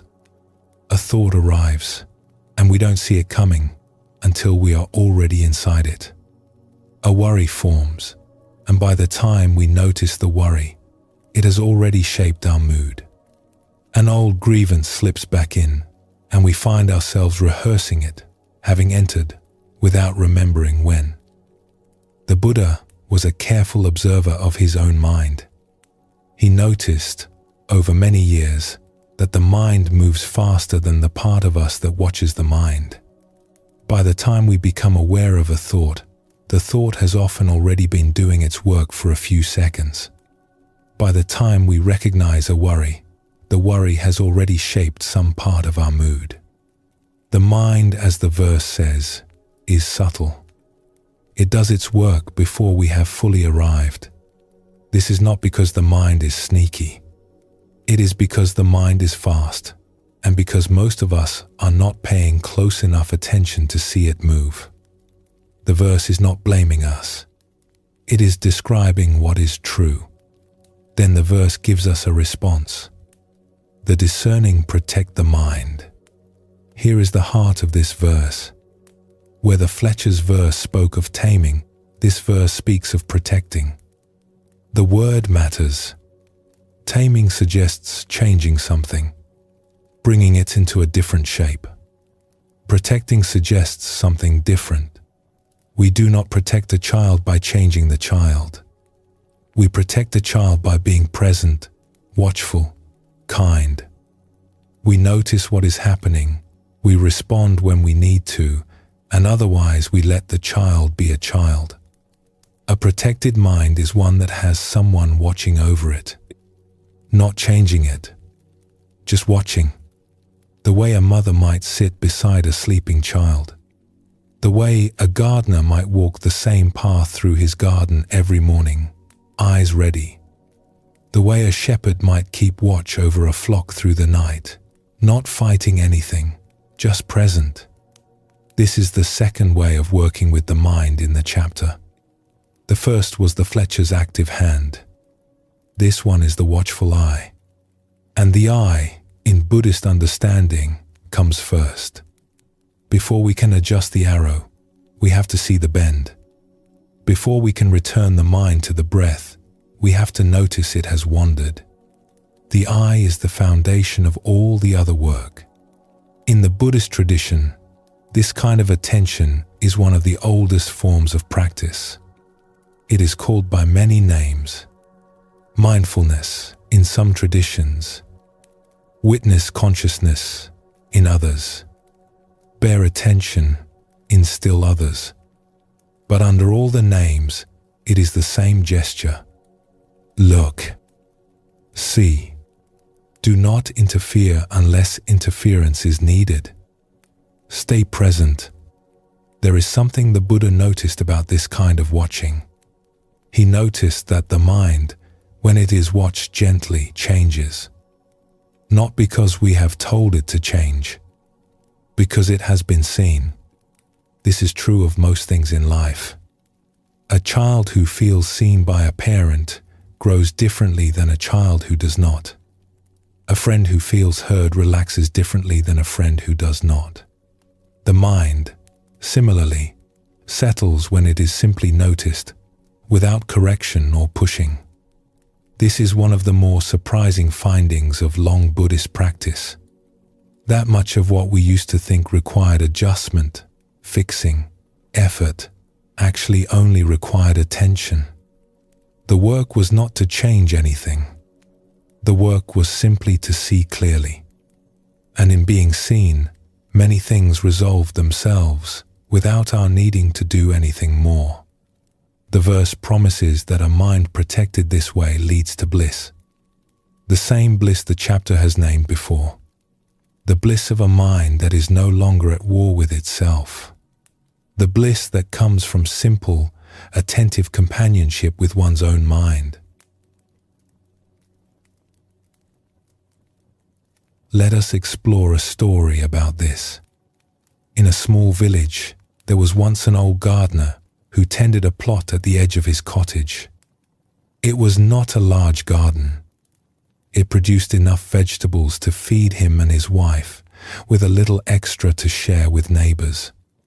There were carrots and onions and beans climbing up tall sticks.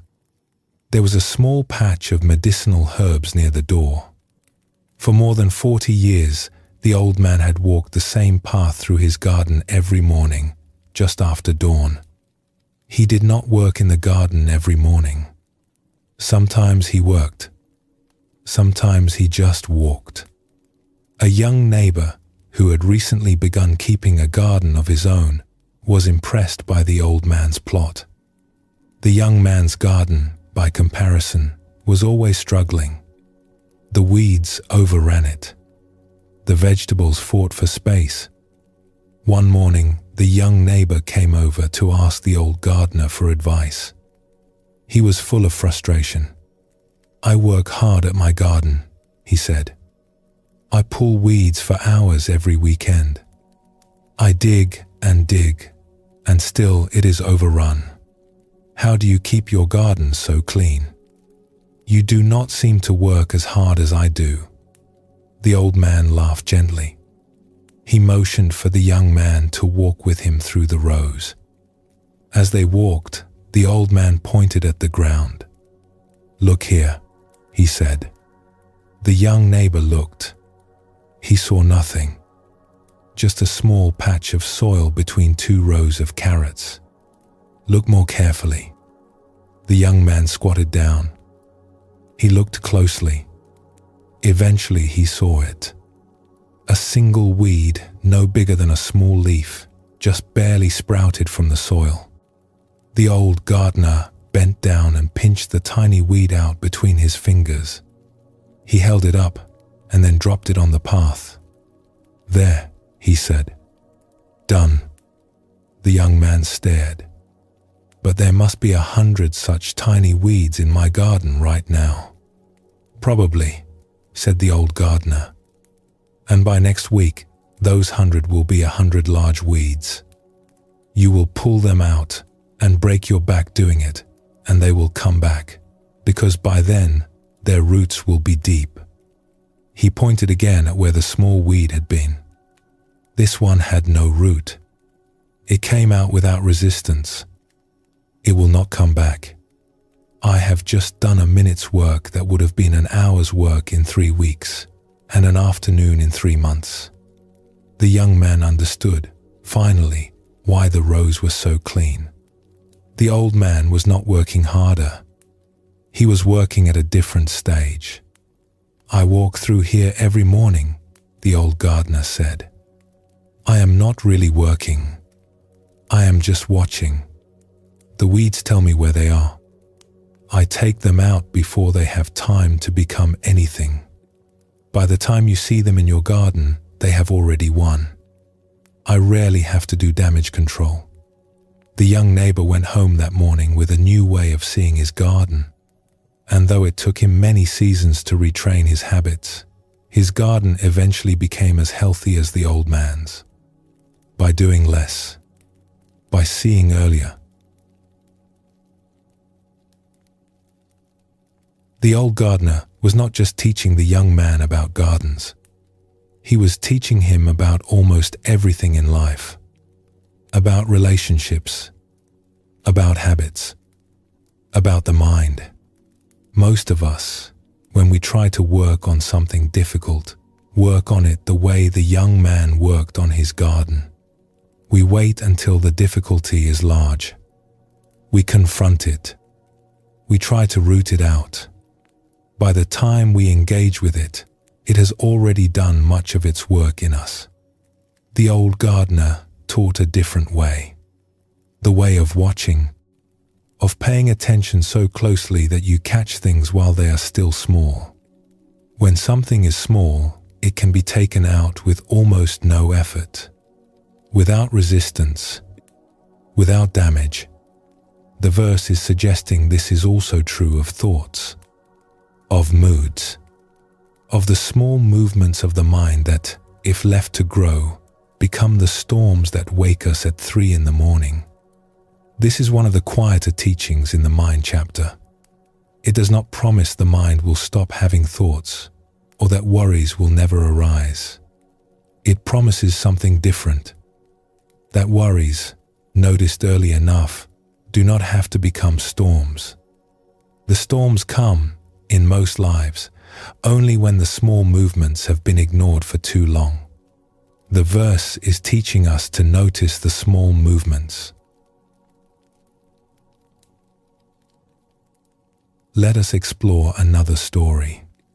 In a small house at the edge of a town, there was a mother whose youngest child had been ill for several days. He was perhaps 3 years old. The illness was not severe, but it had brought a fever, and the child had been restless and frightened. On the 3rd night of the fever, the mother sat beside the small bed where the child lay sleeping. She had a candle. She had a cup of tea. She had a blanket around her shoulders because the night was cool, and she had nothing else to do. The doctor had been. The medicine had been given. The fever was beginning to break. She sat. The child breathed. The candle burned slowly down. She was not doing anything. She had no chores. She was not even thinking very much. She was just there. After a while, the child stirred. He made a small sound in his sleep. The mother looked at him. She did not need to do anything. The sound was nothing. The child was safe. She watched. She returned to her tea. A few minutes later, the child stirred again. This time his face wrinkled, as if a difficult dream were coming. The mother set down her cup. She placed her hand very gently, on his small forehead. The forehead was cool. The fever was leaving. The mother stayed where she was, with her hand resting lightly on her son's brow, for as long as the small wrinkles remained. Then she removed her hand. The child's face had smoothed. He went on sleeping. The hours of the night passed in this way. The mother did very little. She was a presence in the room. Her child rested under that presence. And when, in the morning, the child woke with the fever fully gone, the mother realized she had done one of the most important things she could possibly have done. She had been there, through the long, quiet hours, watching. This is, perhaps, the oldest kind of practice in the world. Older than meditation. Older than any tradition. The practice of watching over what we love. The mother in the story did not have to do much. The fever was already breaking. The medicine had already been given. What she gave the child was something else. Something that mattered just as much in the night. The simple, attentive presence of someone who was there. Someone watching. The verse is asking us to be that watchful presence for our own mind, not as judge or fixer, but as the steady, quiet attention that knows the mind well and is there in the night when it stirs. Not to interfere, just to be near, just to see. The mother in the story was not controlling her child. She was not trying to make the child sleep differently, or breathe differently, or dream differently. She was just there, present to whatever happened, ready to respond if something needed responding to. Otherwise, watching. This is, in Buddhist understanding, the highest form of presence. Not because nothing is happening, but because the presence is so steady that nothing needs to be managed. The watcher and the watched, the mother and the child, are in a kind of agreement. The child can rest deeply because the mother is there. The mother can rest in her own presence because the child is safe. A guarded mind is like this. It is not a mind under management or supervision. It is a mind that has someone present to it, knowingly, kindly, who notices what arises and stays there with it.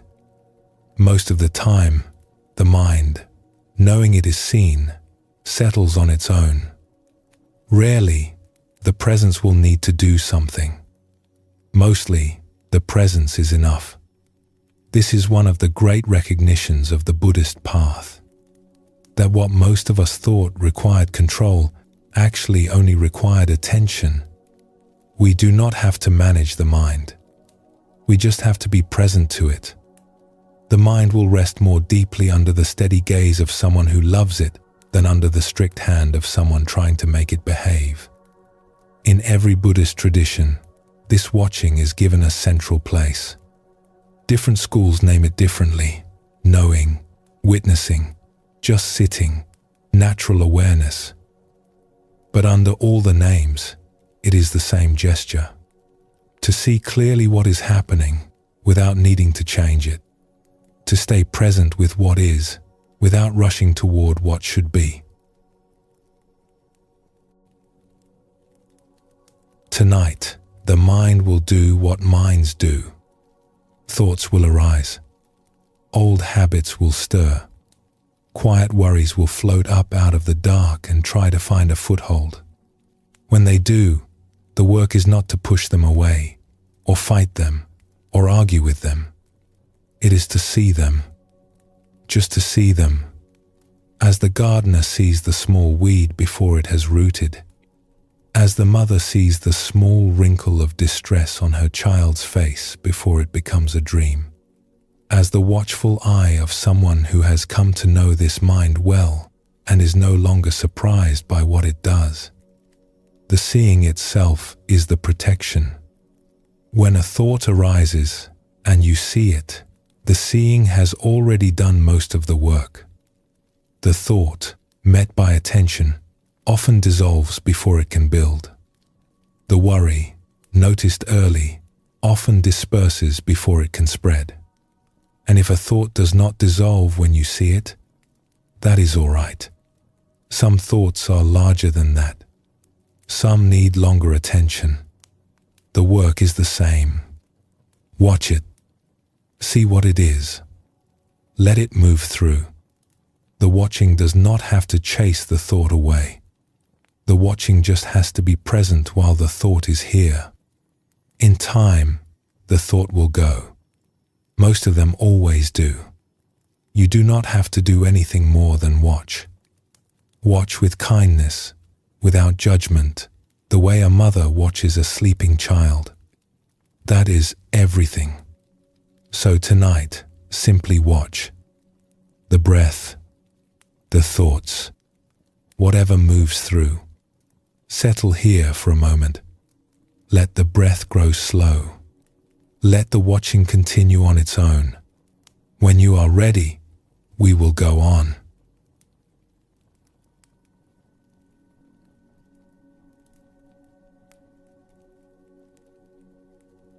There is a verse in the Mind chapter that, when you first hear it, sounds almost like a description from a poem. The Buddha uses 4 small phrases to point at what the mind is. Each phrase is short. Each one names something different. And together, they describe something most of us have never tried to put into words. The verse is best heard slowly. The phrases land best when they are allowed to drift, the way the mind itself drifts through the long quiet hours. What is being named, in the verse, is the mystery of the inner life, the strange fact that each of us carries a whole world inside us, a world no one else has ever seen, a world that travels everywhere we travel and goes places we never physically go and is always with us, no matter what. The verse describes this inner world and then offers, at its end, a small promise about the freedom that becomes possible when we have come to know it. The verse goes like this: wandering far, alone, incorporeal, hidden in the heart, those who tame the mind are freed from old habits. The verse opens with a description of how the mind moves. Wandering far, it says, the mind, in any given hour, may travel to places the body has never been. We can be in our bed and also, at the same moment, in our childhood kitchen. We can be reading a book and also, somehow, walking on a beach we have never seen. We can be sitting quietly and also, in another part of ourselves, having a conversation with someone we have not seen in many years. This is one of the strangest facts about being human, but most of us never pause to notice it. The mind travels at no speed, with no fuel, to no actual destination. It never arrives anywhere, because there is no place for it to arrive. And yet it goes, all the time, every hour of every day. It goes when we are awake and when we are asleep, whether we have asked it to be still or asked it to be quiet. The Buddha called this wandering far. He was not blaming the mind for doing it. He was simply naming it. As a fish swims, the mind wanders. It is in its nature. Now the second quality, the mind wanders alone. This is the verse's gentlest claim, and also its most lonely. Each of us has our own mind. No one else can be inside it. No one else has ever been inside it. The thoughts that arise in your mind right now are arising in a place that no other person has ever entered. This is true even of those who love us most. No one else has ever entered our mind. Not our parents, not our partners, not our closest friends. They have known what we have told them. They have guessed at the rest. But the mind itself, the inner room where the thoughts happen, has only one occupant.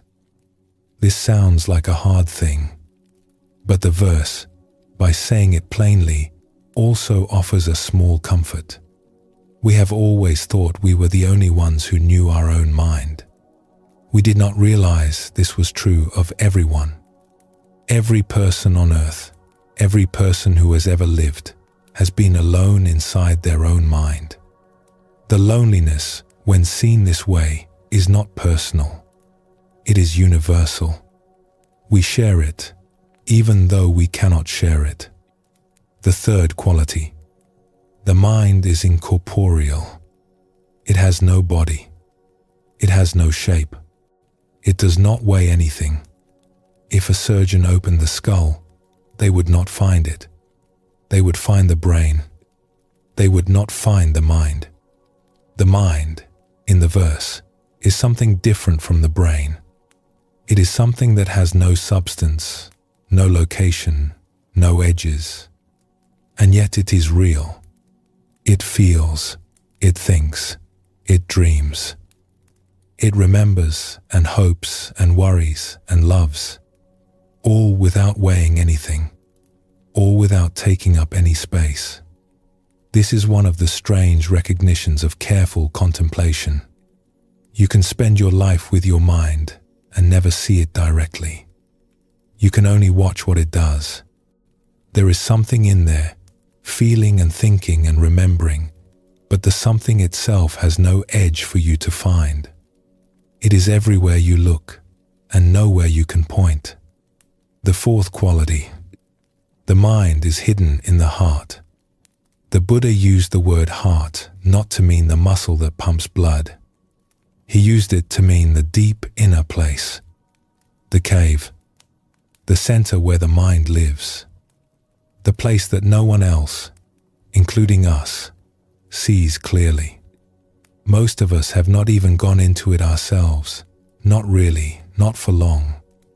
The mind is hidden there, waiting, living its own life, doing its own work, going about its own days, often without our paying much attention to it at all.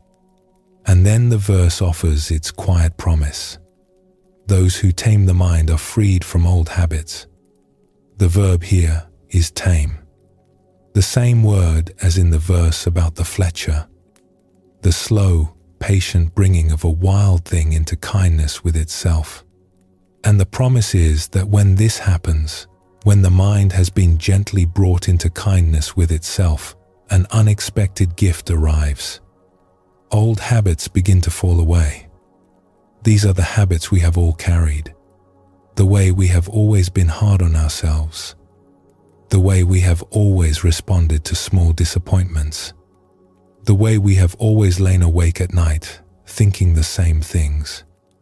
The verse promises that these are not permanent. They are old habits, learned in a particular mind, and a mind that has been tamed begins, slowly, to outgrow them. Let us explore a story about this. A man and his small grandson were sitting on the porch of a house at the end of a long summer afternoon. The man was perhaps 70 years old. The boy was perhaps 4. They had been sitting together in silence for some time.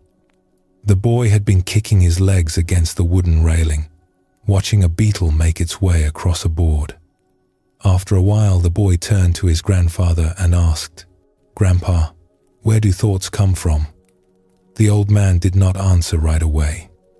He was a man who had grown up in a village, who had worked his whole life on the same farm, who had buried 2 wives and 3 friends, and who had become, late in life, a careful watcher of his own mind.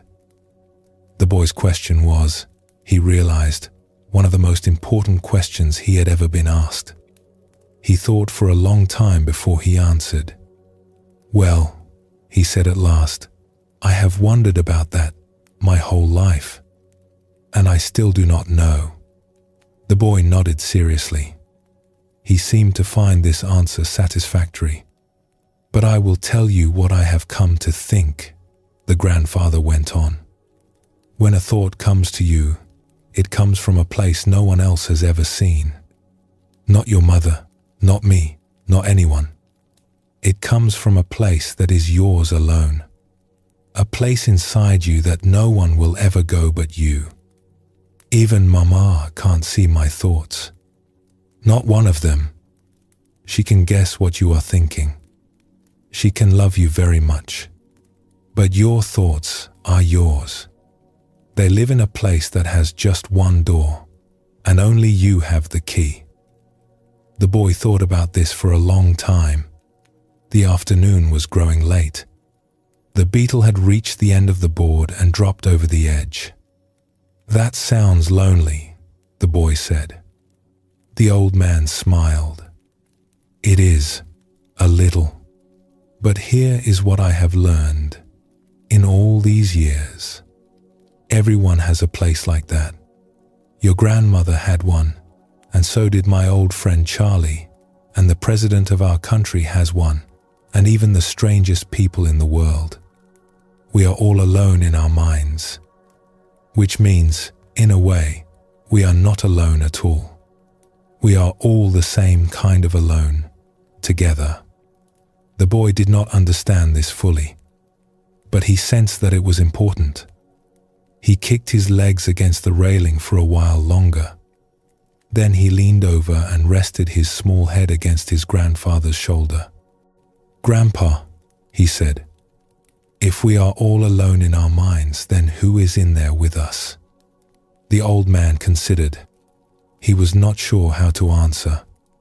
After a moment, he said, "Whoever you choose to bring with you. The people you love. The kind words they have said to you. The good memories. All of that goes in with you. The mind is its own room, but you do not have to be alone in it." The boy nodded. He stayed leaning against his grandfather. They watched the sun begin to drop behind the field. Neither of them said anything more, but both of them, for the rest of their lives, would remember that conversation. The grandfather had pointed his grandson at one of the deepest facts about being human, that each of us lives, all our lives, inside a private inner world that no one else will ever see, and that this is true of everyone. In Buddhist understanding, this recognition is itself a kind of practice. When we begin to see clearly that everyone is alone in their own mind, we also begin to see how much each person carries that we will never know about. Even those who love us most are alone, finally, in the inner room they live in.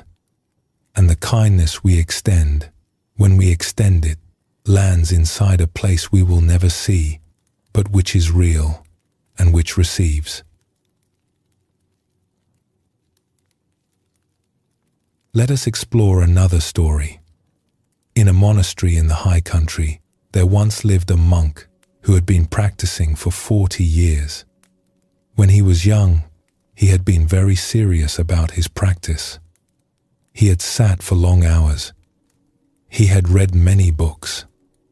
He had asked many questions of his teachers. And in every meditation session, when he rose from his cushion, he had judged himself. Was that focused? Was that good? Did I drift too much? Did I sit well today? He had not noticed, when he was young, that this judging was itself something he did. He had thought it was just part of the practice. The judging happened in his mind as naturally as the breath happened in his body. He continued like this for many years. He sat. He judged. He sat. He judged. The judging was so much a part of him that it had no name. But the monastery had taught him, over the years, something else. To watch. To pay attention to what his mind was doing. To bring kindness, gradually, to whatever he found there. He brought this kindness, slowly, to many things, to his impatience with younger monks, to his disappointment with himself when something did not go well, to the small annoyances of monastic life. And in each place, the kindness softened something. But the judging of his meditation he did not bring kindness to. He had not noticed it. It was too close to him. It hid in the very act of practicing. He grew old. His hair turned white. His knees got stiff. He sat anyway. One afternoon, in his late 60s, he finished a meditation session. He rose from his cushion. He stretched. He picked up his bowl and walked out toward the kitchen for the evening meal. Halfway down the corridor, he stopped. Something was different. He could not at first say what. He stood very still in the corridor, trying to find it. After a moment, he realized. He had not judged the meditation. He had finished it, gotten up, and walked away. There had been no inner verdict, no assessment, no grading. He stood in the corridor and tried to remember the last time he had judged a meditation. He could not remember. It had been a long time, perhaps years. The old habit had left him at some point, quietly, when he was not looking. It had not announced its departure. It had not waited to say goodbye. The old monk laughed. He laughed in the corridor. A young monk passing by gave him a curious look, but did not stop. He went on to dinner that evening. He sat with the other monks. He ate his simple meal. He did not say anything, but for the rest of his days, he carried, as a quiet treasure, the memory of the afternoon when he discovered that an old habit had left him, on its own, without his needing to fight it. The work he had been doing, all those years, of watching with kindness, had been the work that did it. The old monk discovered something the Buddha had named 25 centuries earlier. That an old habit, watched kindly for long enough, eventually loosens its grip without our needing to force it. The watching is the work. The releasing happens on its own. This is one of the deeper teachings in the Buddhist path. Most of us, when we want to be rid of a habit, try to push it away. We use willpower, make resolutions, try to be different than we are. And sometimes, for a little while, it works. But the old habit usually returns. Pushing something away is not the same as ceasing to need it. What the monk had been doing for 40 years was something different. He had not been pushing his habits away. He had been watching them with kindness, without trying to fight them. And in being watched, the habits had slowly stopped having a place to grow. The Buddha's promise that those who tame the mind are freed from old habits is not a promise of overnight change. It is a promise that something else happens, more slowly, when we take up the long work of watching our own mind. The habits we have lived with for years begin, without our knowing exactly when, to lose their hold.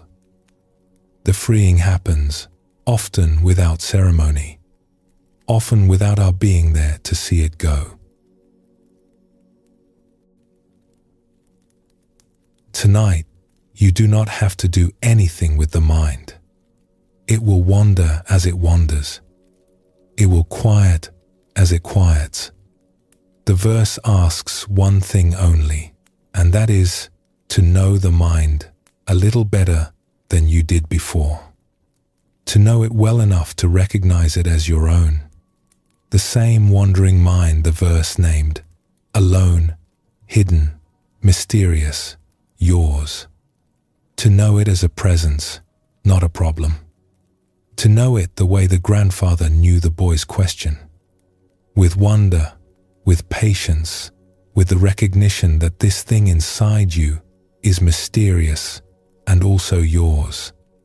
And as for the old habits the verse promises freedom from, they will not leave tonight. Or they may, in some small way, begin to. The work that loosens them is the kindness you bring to your own mind, again and again, over time. Not in one night, over many. Over the slow accumulation of nights when, instead of fighting the mind, you sat with it.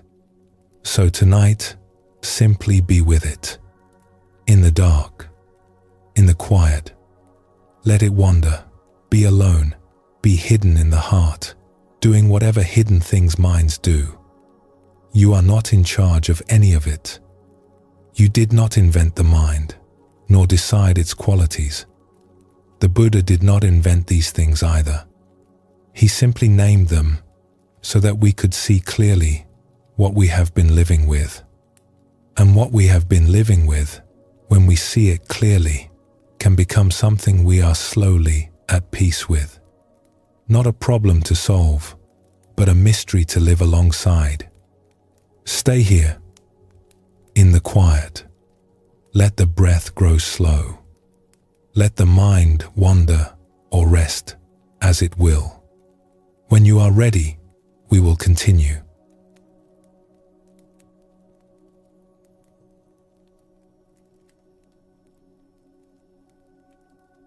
There is a verse in the mind chapter that uses one of the most vivid images in the entire Dhammapada. The image is of a fish out of water. A fish that has been pulled up onto the bank, or thrown ashore by a wave, or caught in a tide pool that is drained. The fish flips. The fish flops. It struggles with great urgency to find its way back to where it belongs. The Buddha looked at this image and saw, in it, a description of the mind in distress. The mind in those hours when it is flailing, when it cannot find its rest, when something is wrong and it does not know how to fix the wrongness, and so it just keeps moving, urgently, trying to find its way home. The verse is tender. It does not blame the fish or the mind.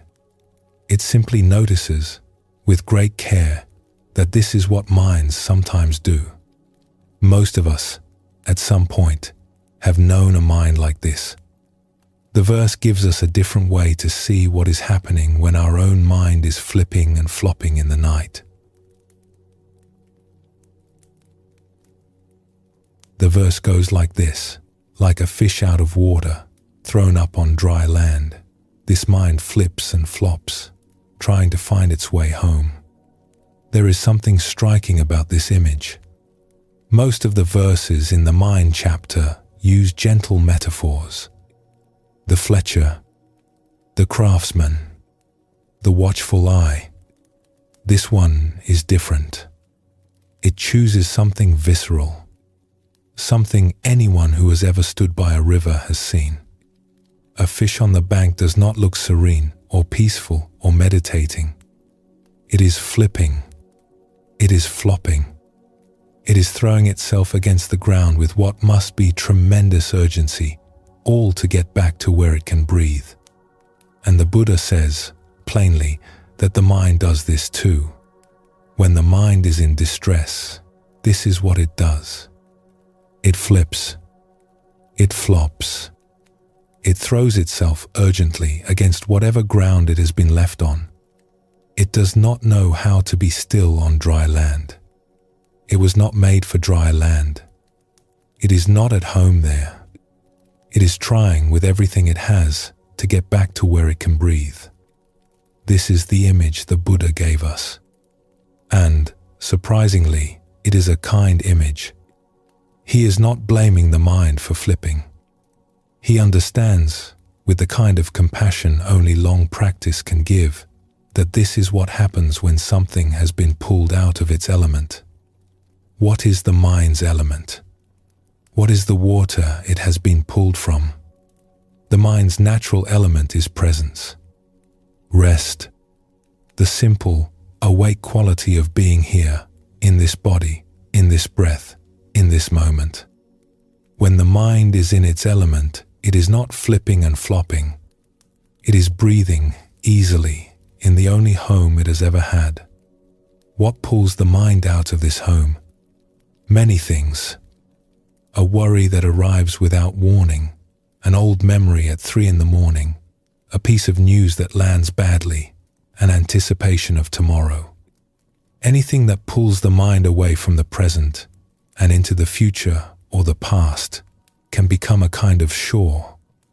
When the mind is on this shore, it does what fish do. It flails.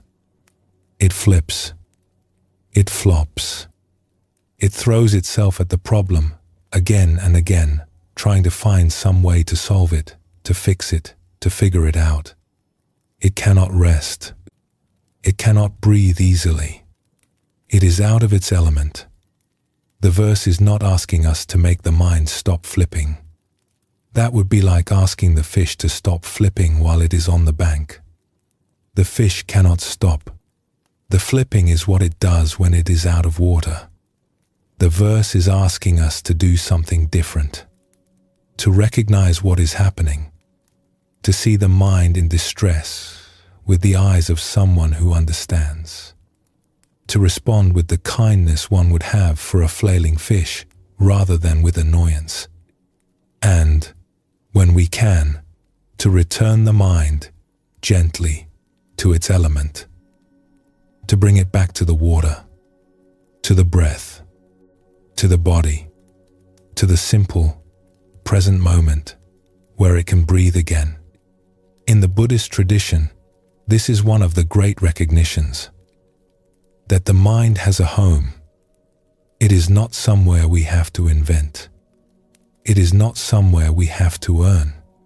It is the simple, present awareness that is always available in any moment.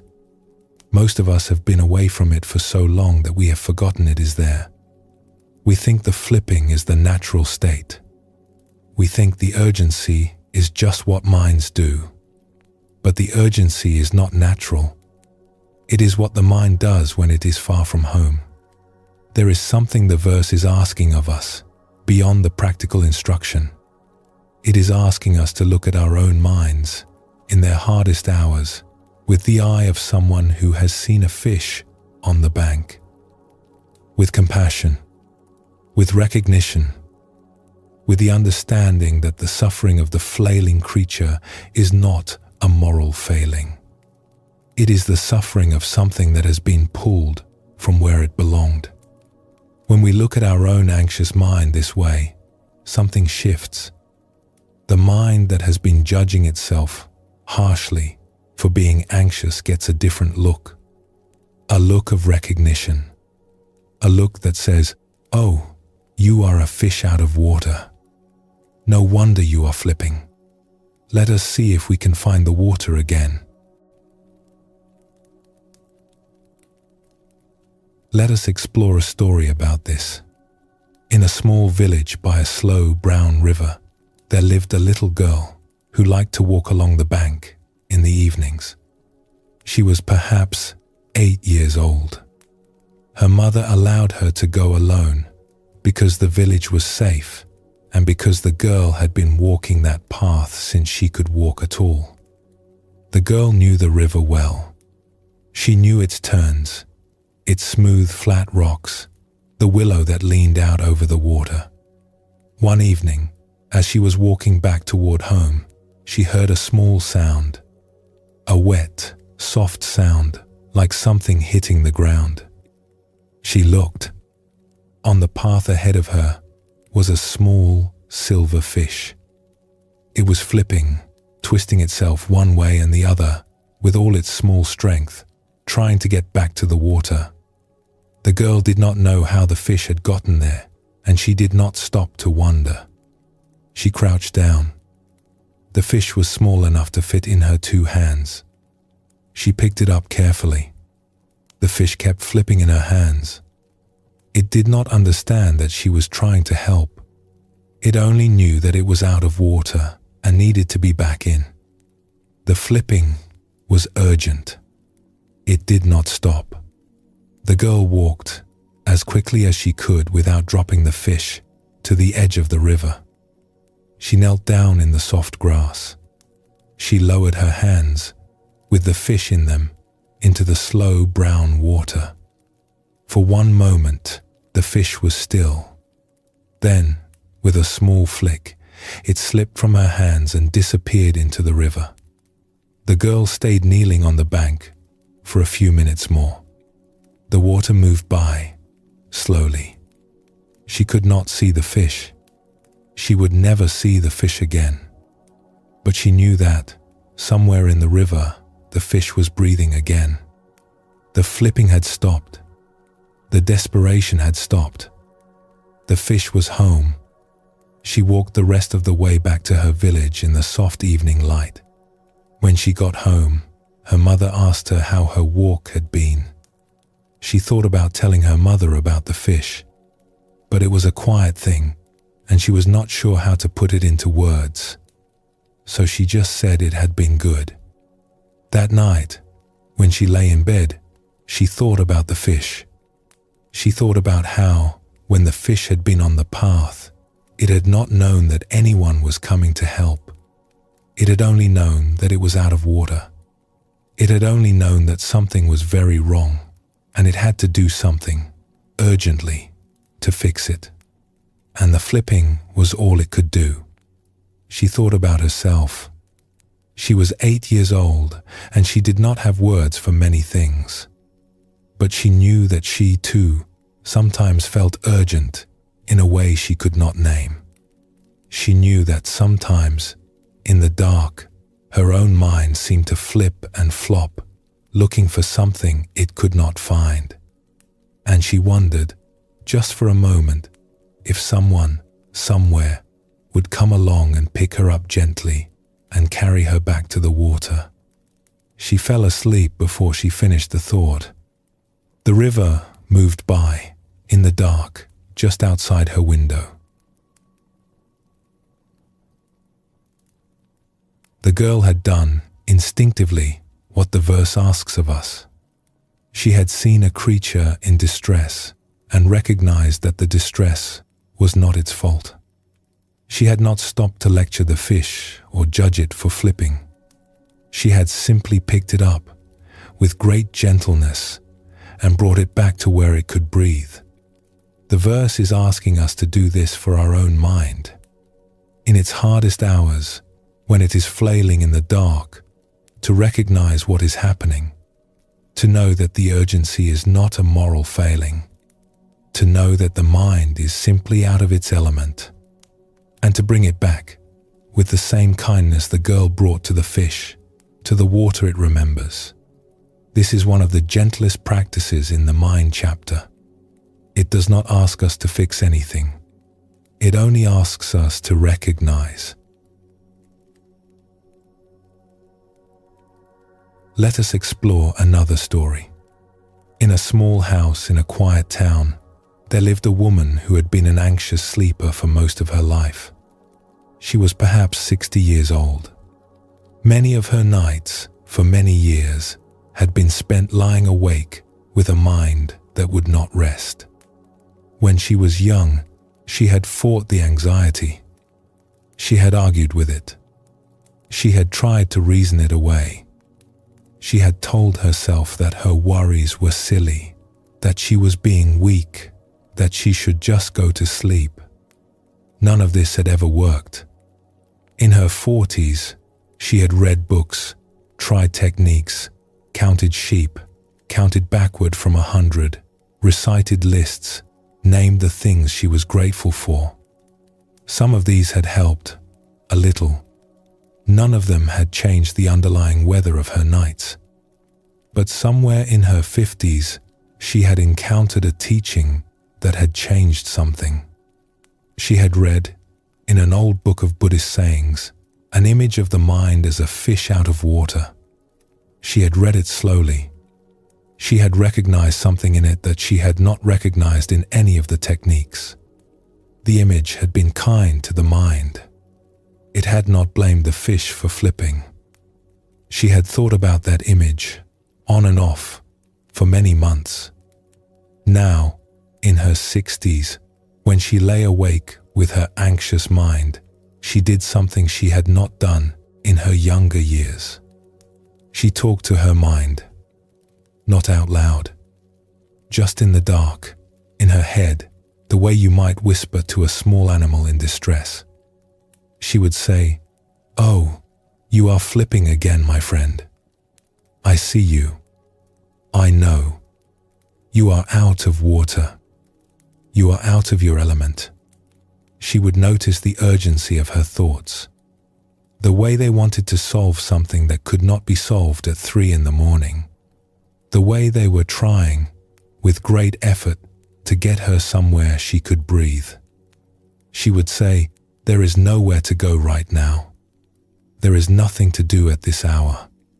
The water is right here, in the breath, in the body, in this bed.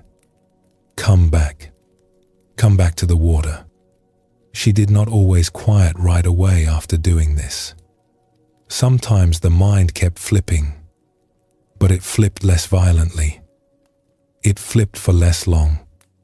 And, slowly, over months, she noticed that her nights had become softer. The mind still came to the shore sometimes. It had not stopped doing what minds do, but she had stopped fighting it. She had started meeting it, and that had made all the difference. She thought, sometimes, of how a child might find a fish on a path and, without thinking, simply put it back in the water.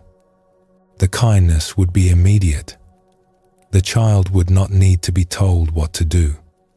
The kindness would just happen, because nothing in the child resisted it. And she thought that, perhaps, she had had to learn, late in life, what some part of her had already known long ago. The woman in the second story had spent decades learning what the little girl in the first knew naturally, that the mind in distress is not a problem to be argued with. It is a creature in difficulty that needs to be picked up gently and returned to its water. In Buddhist understanding, this gentle return is itself the practice. We do not need to figure out why the mind is distressed. We do not need to solve the underlying problem or wait for the mind to stop being distressed. We just need to remember, in the moment, what the mind's element is, and to return there, breath by breath. The element is not far. It is not somewhere we have to go. It is here, in the breath, in the body, in the small, ordinary room with its dark and its quiet. When the mind comes home to this, even briefly, the flipping eases. Sometimes it stops. Sometimes it continues for a while, more gently. Either is all right. The verse does not promise that the mind will never be a fish out of water again. It promises that we have somewhere to bring it back to, that the water is always nearby, that coming home is always possible, even at 3 in the morning, even on the hardest nights. Tonight, if the mind starts flipping, remember the fish. You do not have to do anything heroic. You do not have to fix the flipping or argue with the mind about why it should be calmer. You only have to recognize what is happening. Oh, this is the mind out of water. This is the same image the Buddha was pointing at 2,500 years ago. This is what minds sometimes do. And then, gently, you can bring the mind back to its element. The water is right here. It is the breath, the body against the bed, the dark room, the simple, ordinary fact of being here in this moment. The mind may resist coming back. That is fine. The fish in the girl's hands resisted being held too. It did not understand that she was helping. The mind may flip a few more times before it remembers where it is. That is fine. You can hold it gently until it does. If the flipping starts again later in the night, you can do this again. There is no limit on returns. The water is always there. The bringing back is always available. The mind is welcome to come home every time it has left, for as many times as it leaves. Tonight, that is enough. To recognize and to return. So tonight, you have somewhere to bring the mind back to when it forgets. Stay in the water. Let the breath grow slow. When you are ready, we will go on together.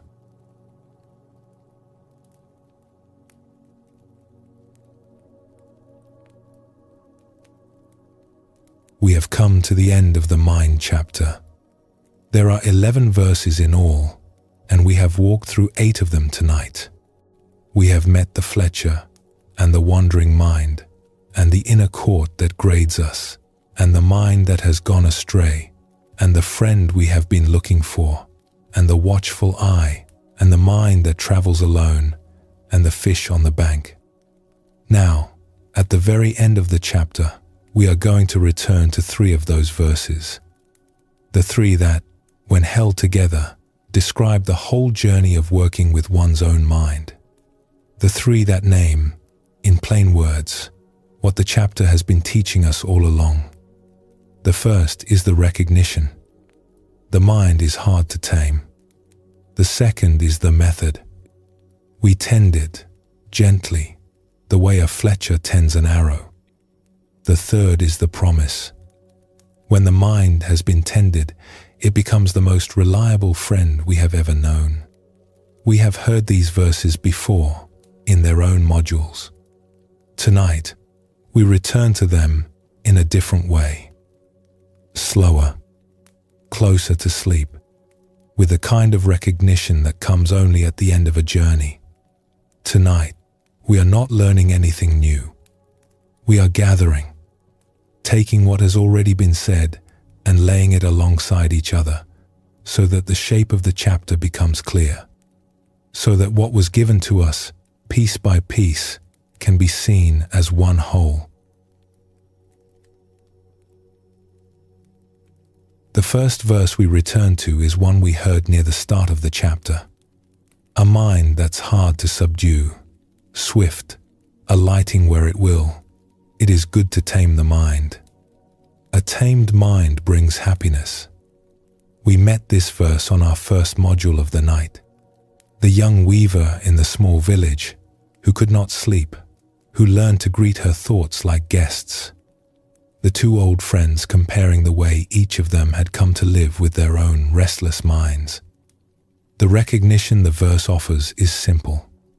The mind, untended, will move where it wants. It will not be still on command.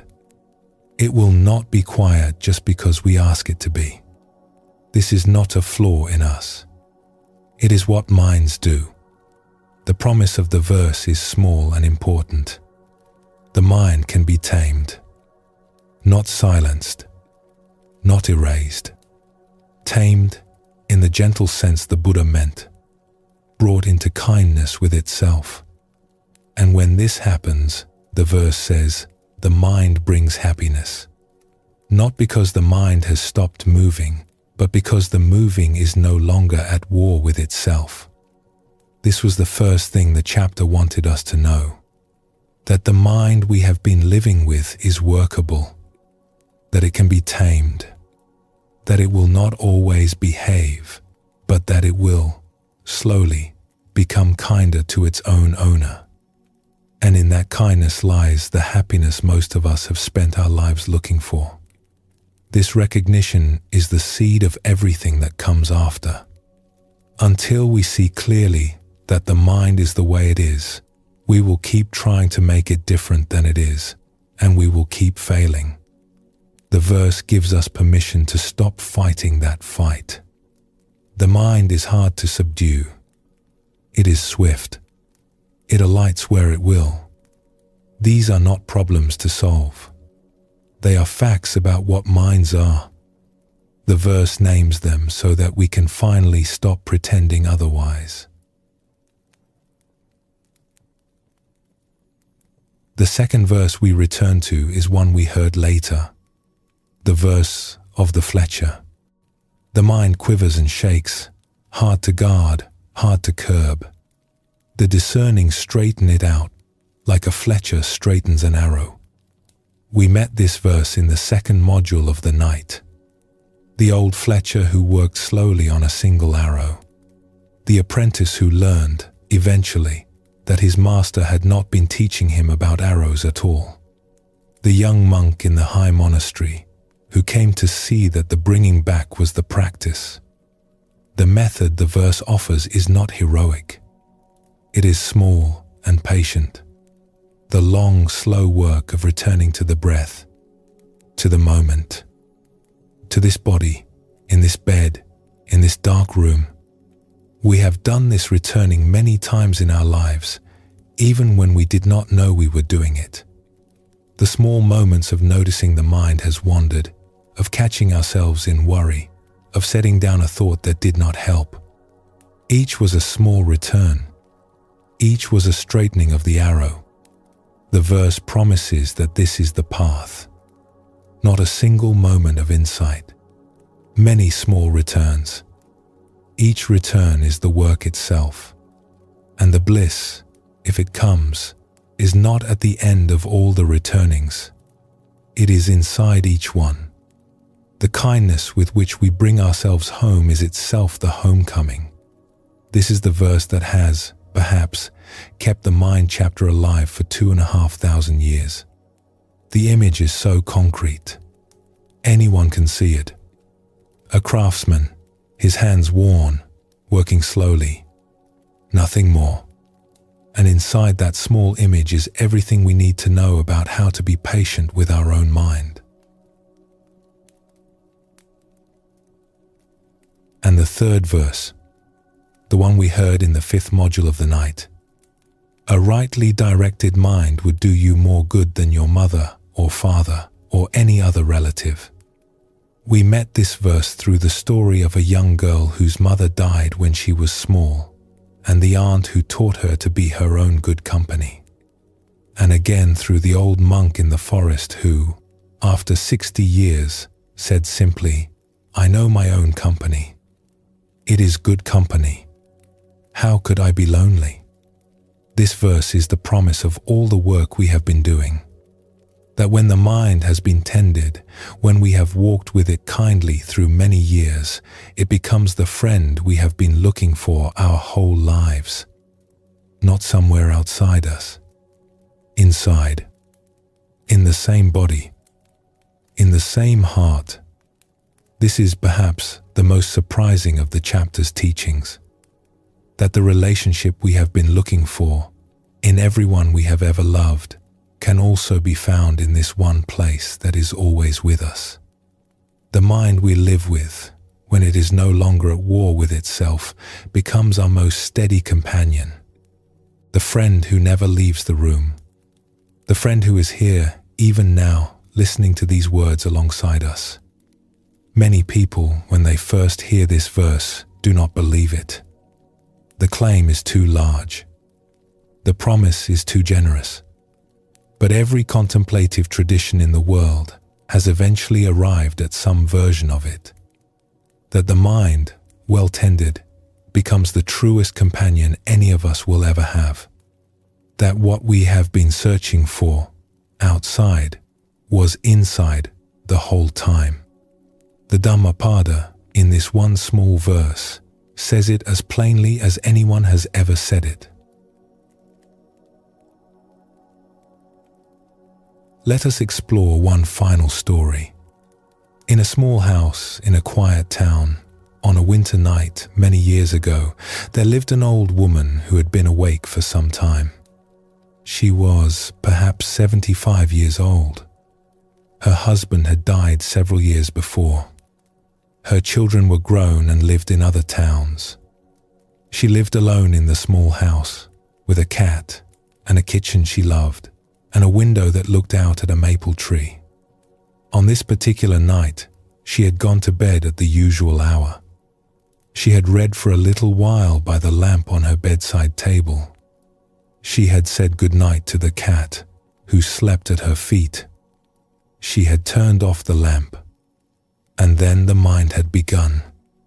It had started with a small worry about the cat's appetite over the past few days.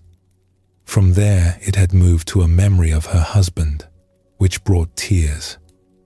The tears called up a regret about a conversation she had had with her daughter the week before. The regret stirred a fear about getting older. The fear summoned a list of things she needed to do the next day, none of which were urgent. This had taken perhaps 15 minutes. By the end of it, the mind was wide awake. The body was ready for sleep, but the mind had decided otherwise. In her younger years, she would have fought this. She would have grown frustrated, argued with the worries, lain there tense, urging herself to fall asleep and growing more upset as the night wore on. But she was not in her younger years. In the long years of her marriage, and the long years of being a mother, and the long years of working in a kindergarten classroom, she had slowly learned a few things. She had learned them from books, from her own grandmother who had been wise, from the long, quiet hours of an ordinary life. She did not call what she had learned by any special name. She did not think of herself as a meditator or a contemplative. She was just an old woman who had lived a long time. But on this particular night, what she did was this. She noticed, first, that the mind had been wandering. She did not judge it for this. The mind wanders. She had known this for many years. It was, she had come to think, almost the definition of having a mind. She noticed the wandering, without making it a problem. Then she did what she had learned to do. She brought the mind, gently, back to where she was.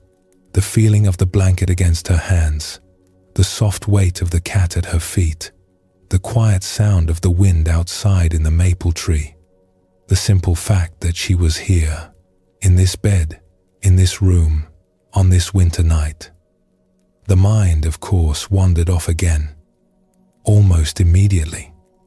Off to a memory, then a worry, then a list of things. She brought it back. It wandered off again. She brought it back. She did this many times. She did not count. She did not grade herself for how often the mind wandered. She just kept doing what she had learned to do. Like a fletcher with an arrow. Many small returns.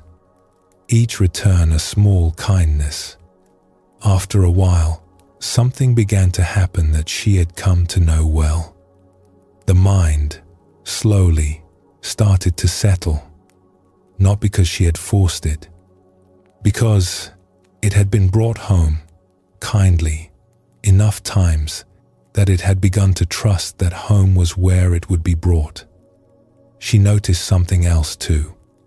The mind that was being brought home, again and again, was not exactly her enemy anymore. It was something gentler than that. A friend who had been wandering, slowly coming back to the room. She lay in the dark and felt, for a few minutes, what she had felt many times in her later years.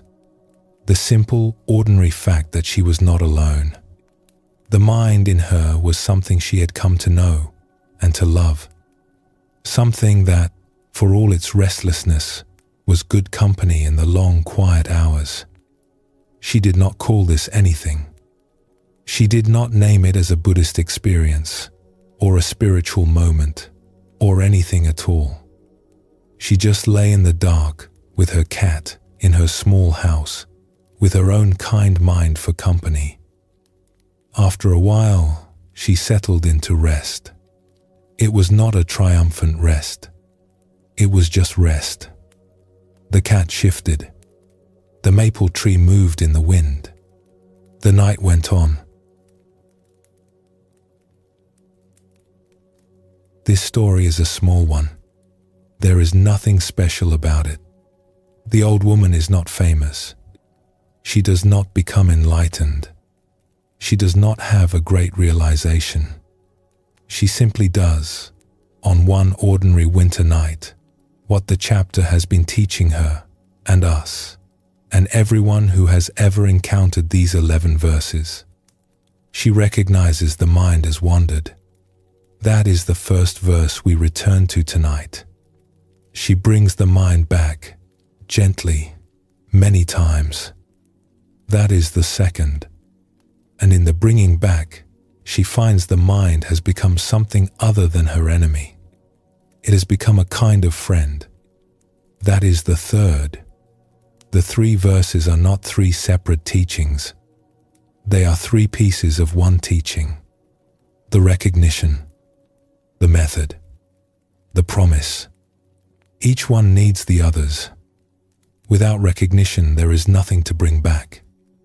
Without method, the recognition stays only an idea, and without the promise, we would not bother with the long, slow work at all. But together, they are the whole path.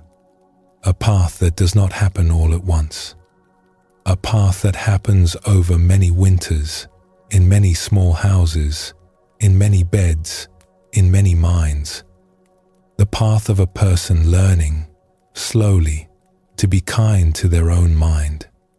And, in being kind, to discover that the mind, in return, becomes a kindness. This is not new.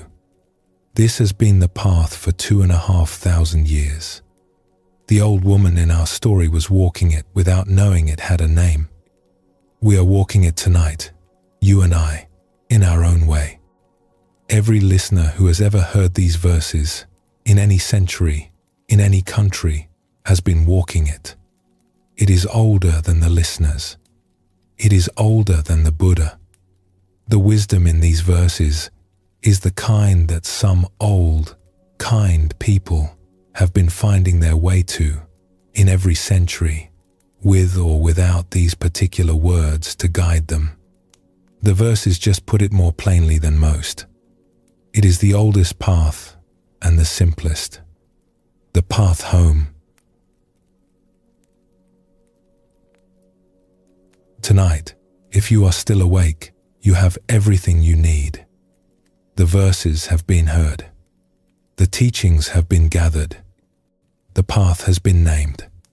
You do not have to remember any of it. The mind will remember on its own.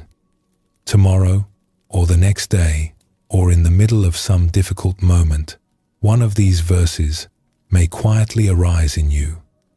The Fletcher's hand, the wandering mind, the friend more dependable than any other. They are inside you now. They will not leave. This is, in a way, the great gift of any wisdom tradition. What you hear, even if you forget it, does not actually leave. It goes into you. It settles into the soil of your inner life. And later, sometimes much later, when the right moment comes, it rises up again, and you find that you knew exactly what to do. For tonight, the work is done. The chapter has been walked through. The lessons have been laid alongside you. What remains is the simplest thing. To let the breath grow slow, the body be where it is, the mind do what it does, knowing now that whatever it does is all right. The mind that wanders is welcome to wander. The mind that settles is welcome to settle. None of it is wrong. And underneath all of that, the simple fact that you are here, in your bed, in your room, on this particular night, with your own mind, which has carried you through everything, and which is here with you now, more friend than enemy by far. So rest. Let what has been heard tonight find its place. The mind will do the rest of the work, slowly, in the days and weeks and years to come. Stay where you are. Breathe slowly. The chapter is finished. When you are ready, we will come gently to the end.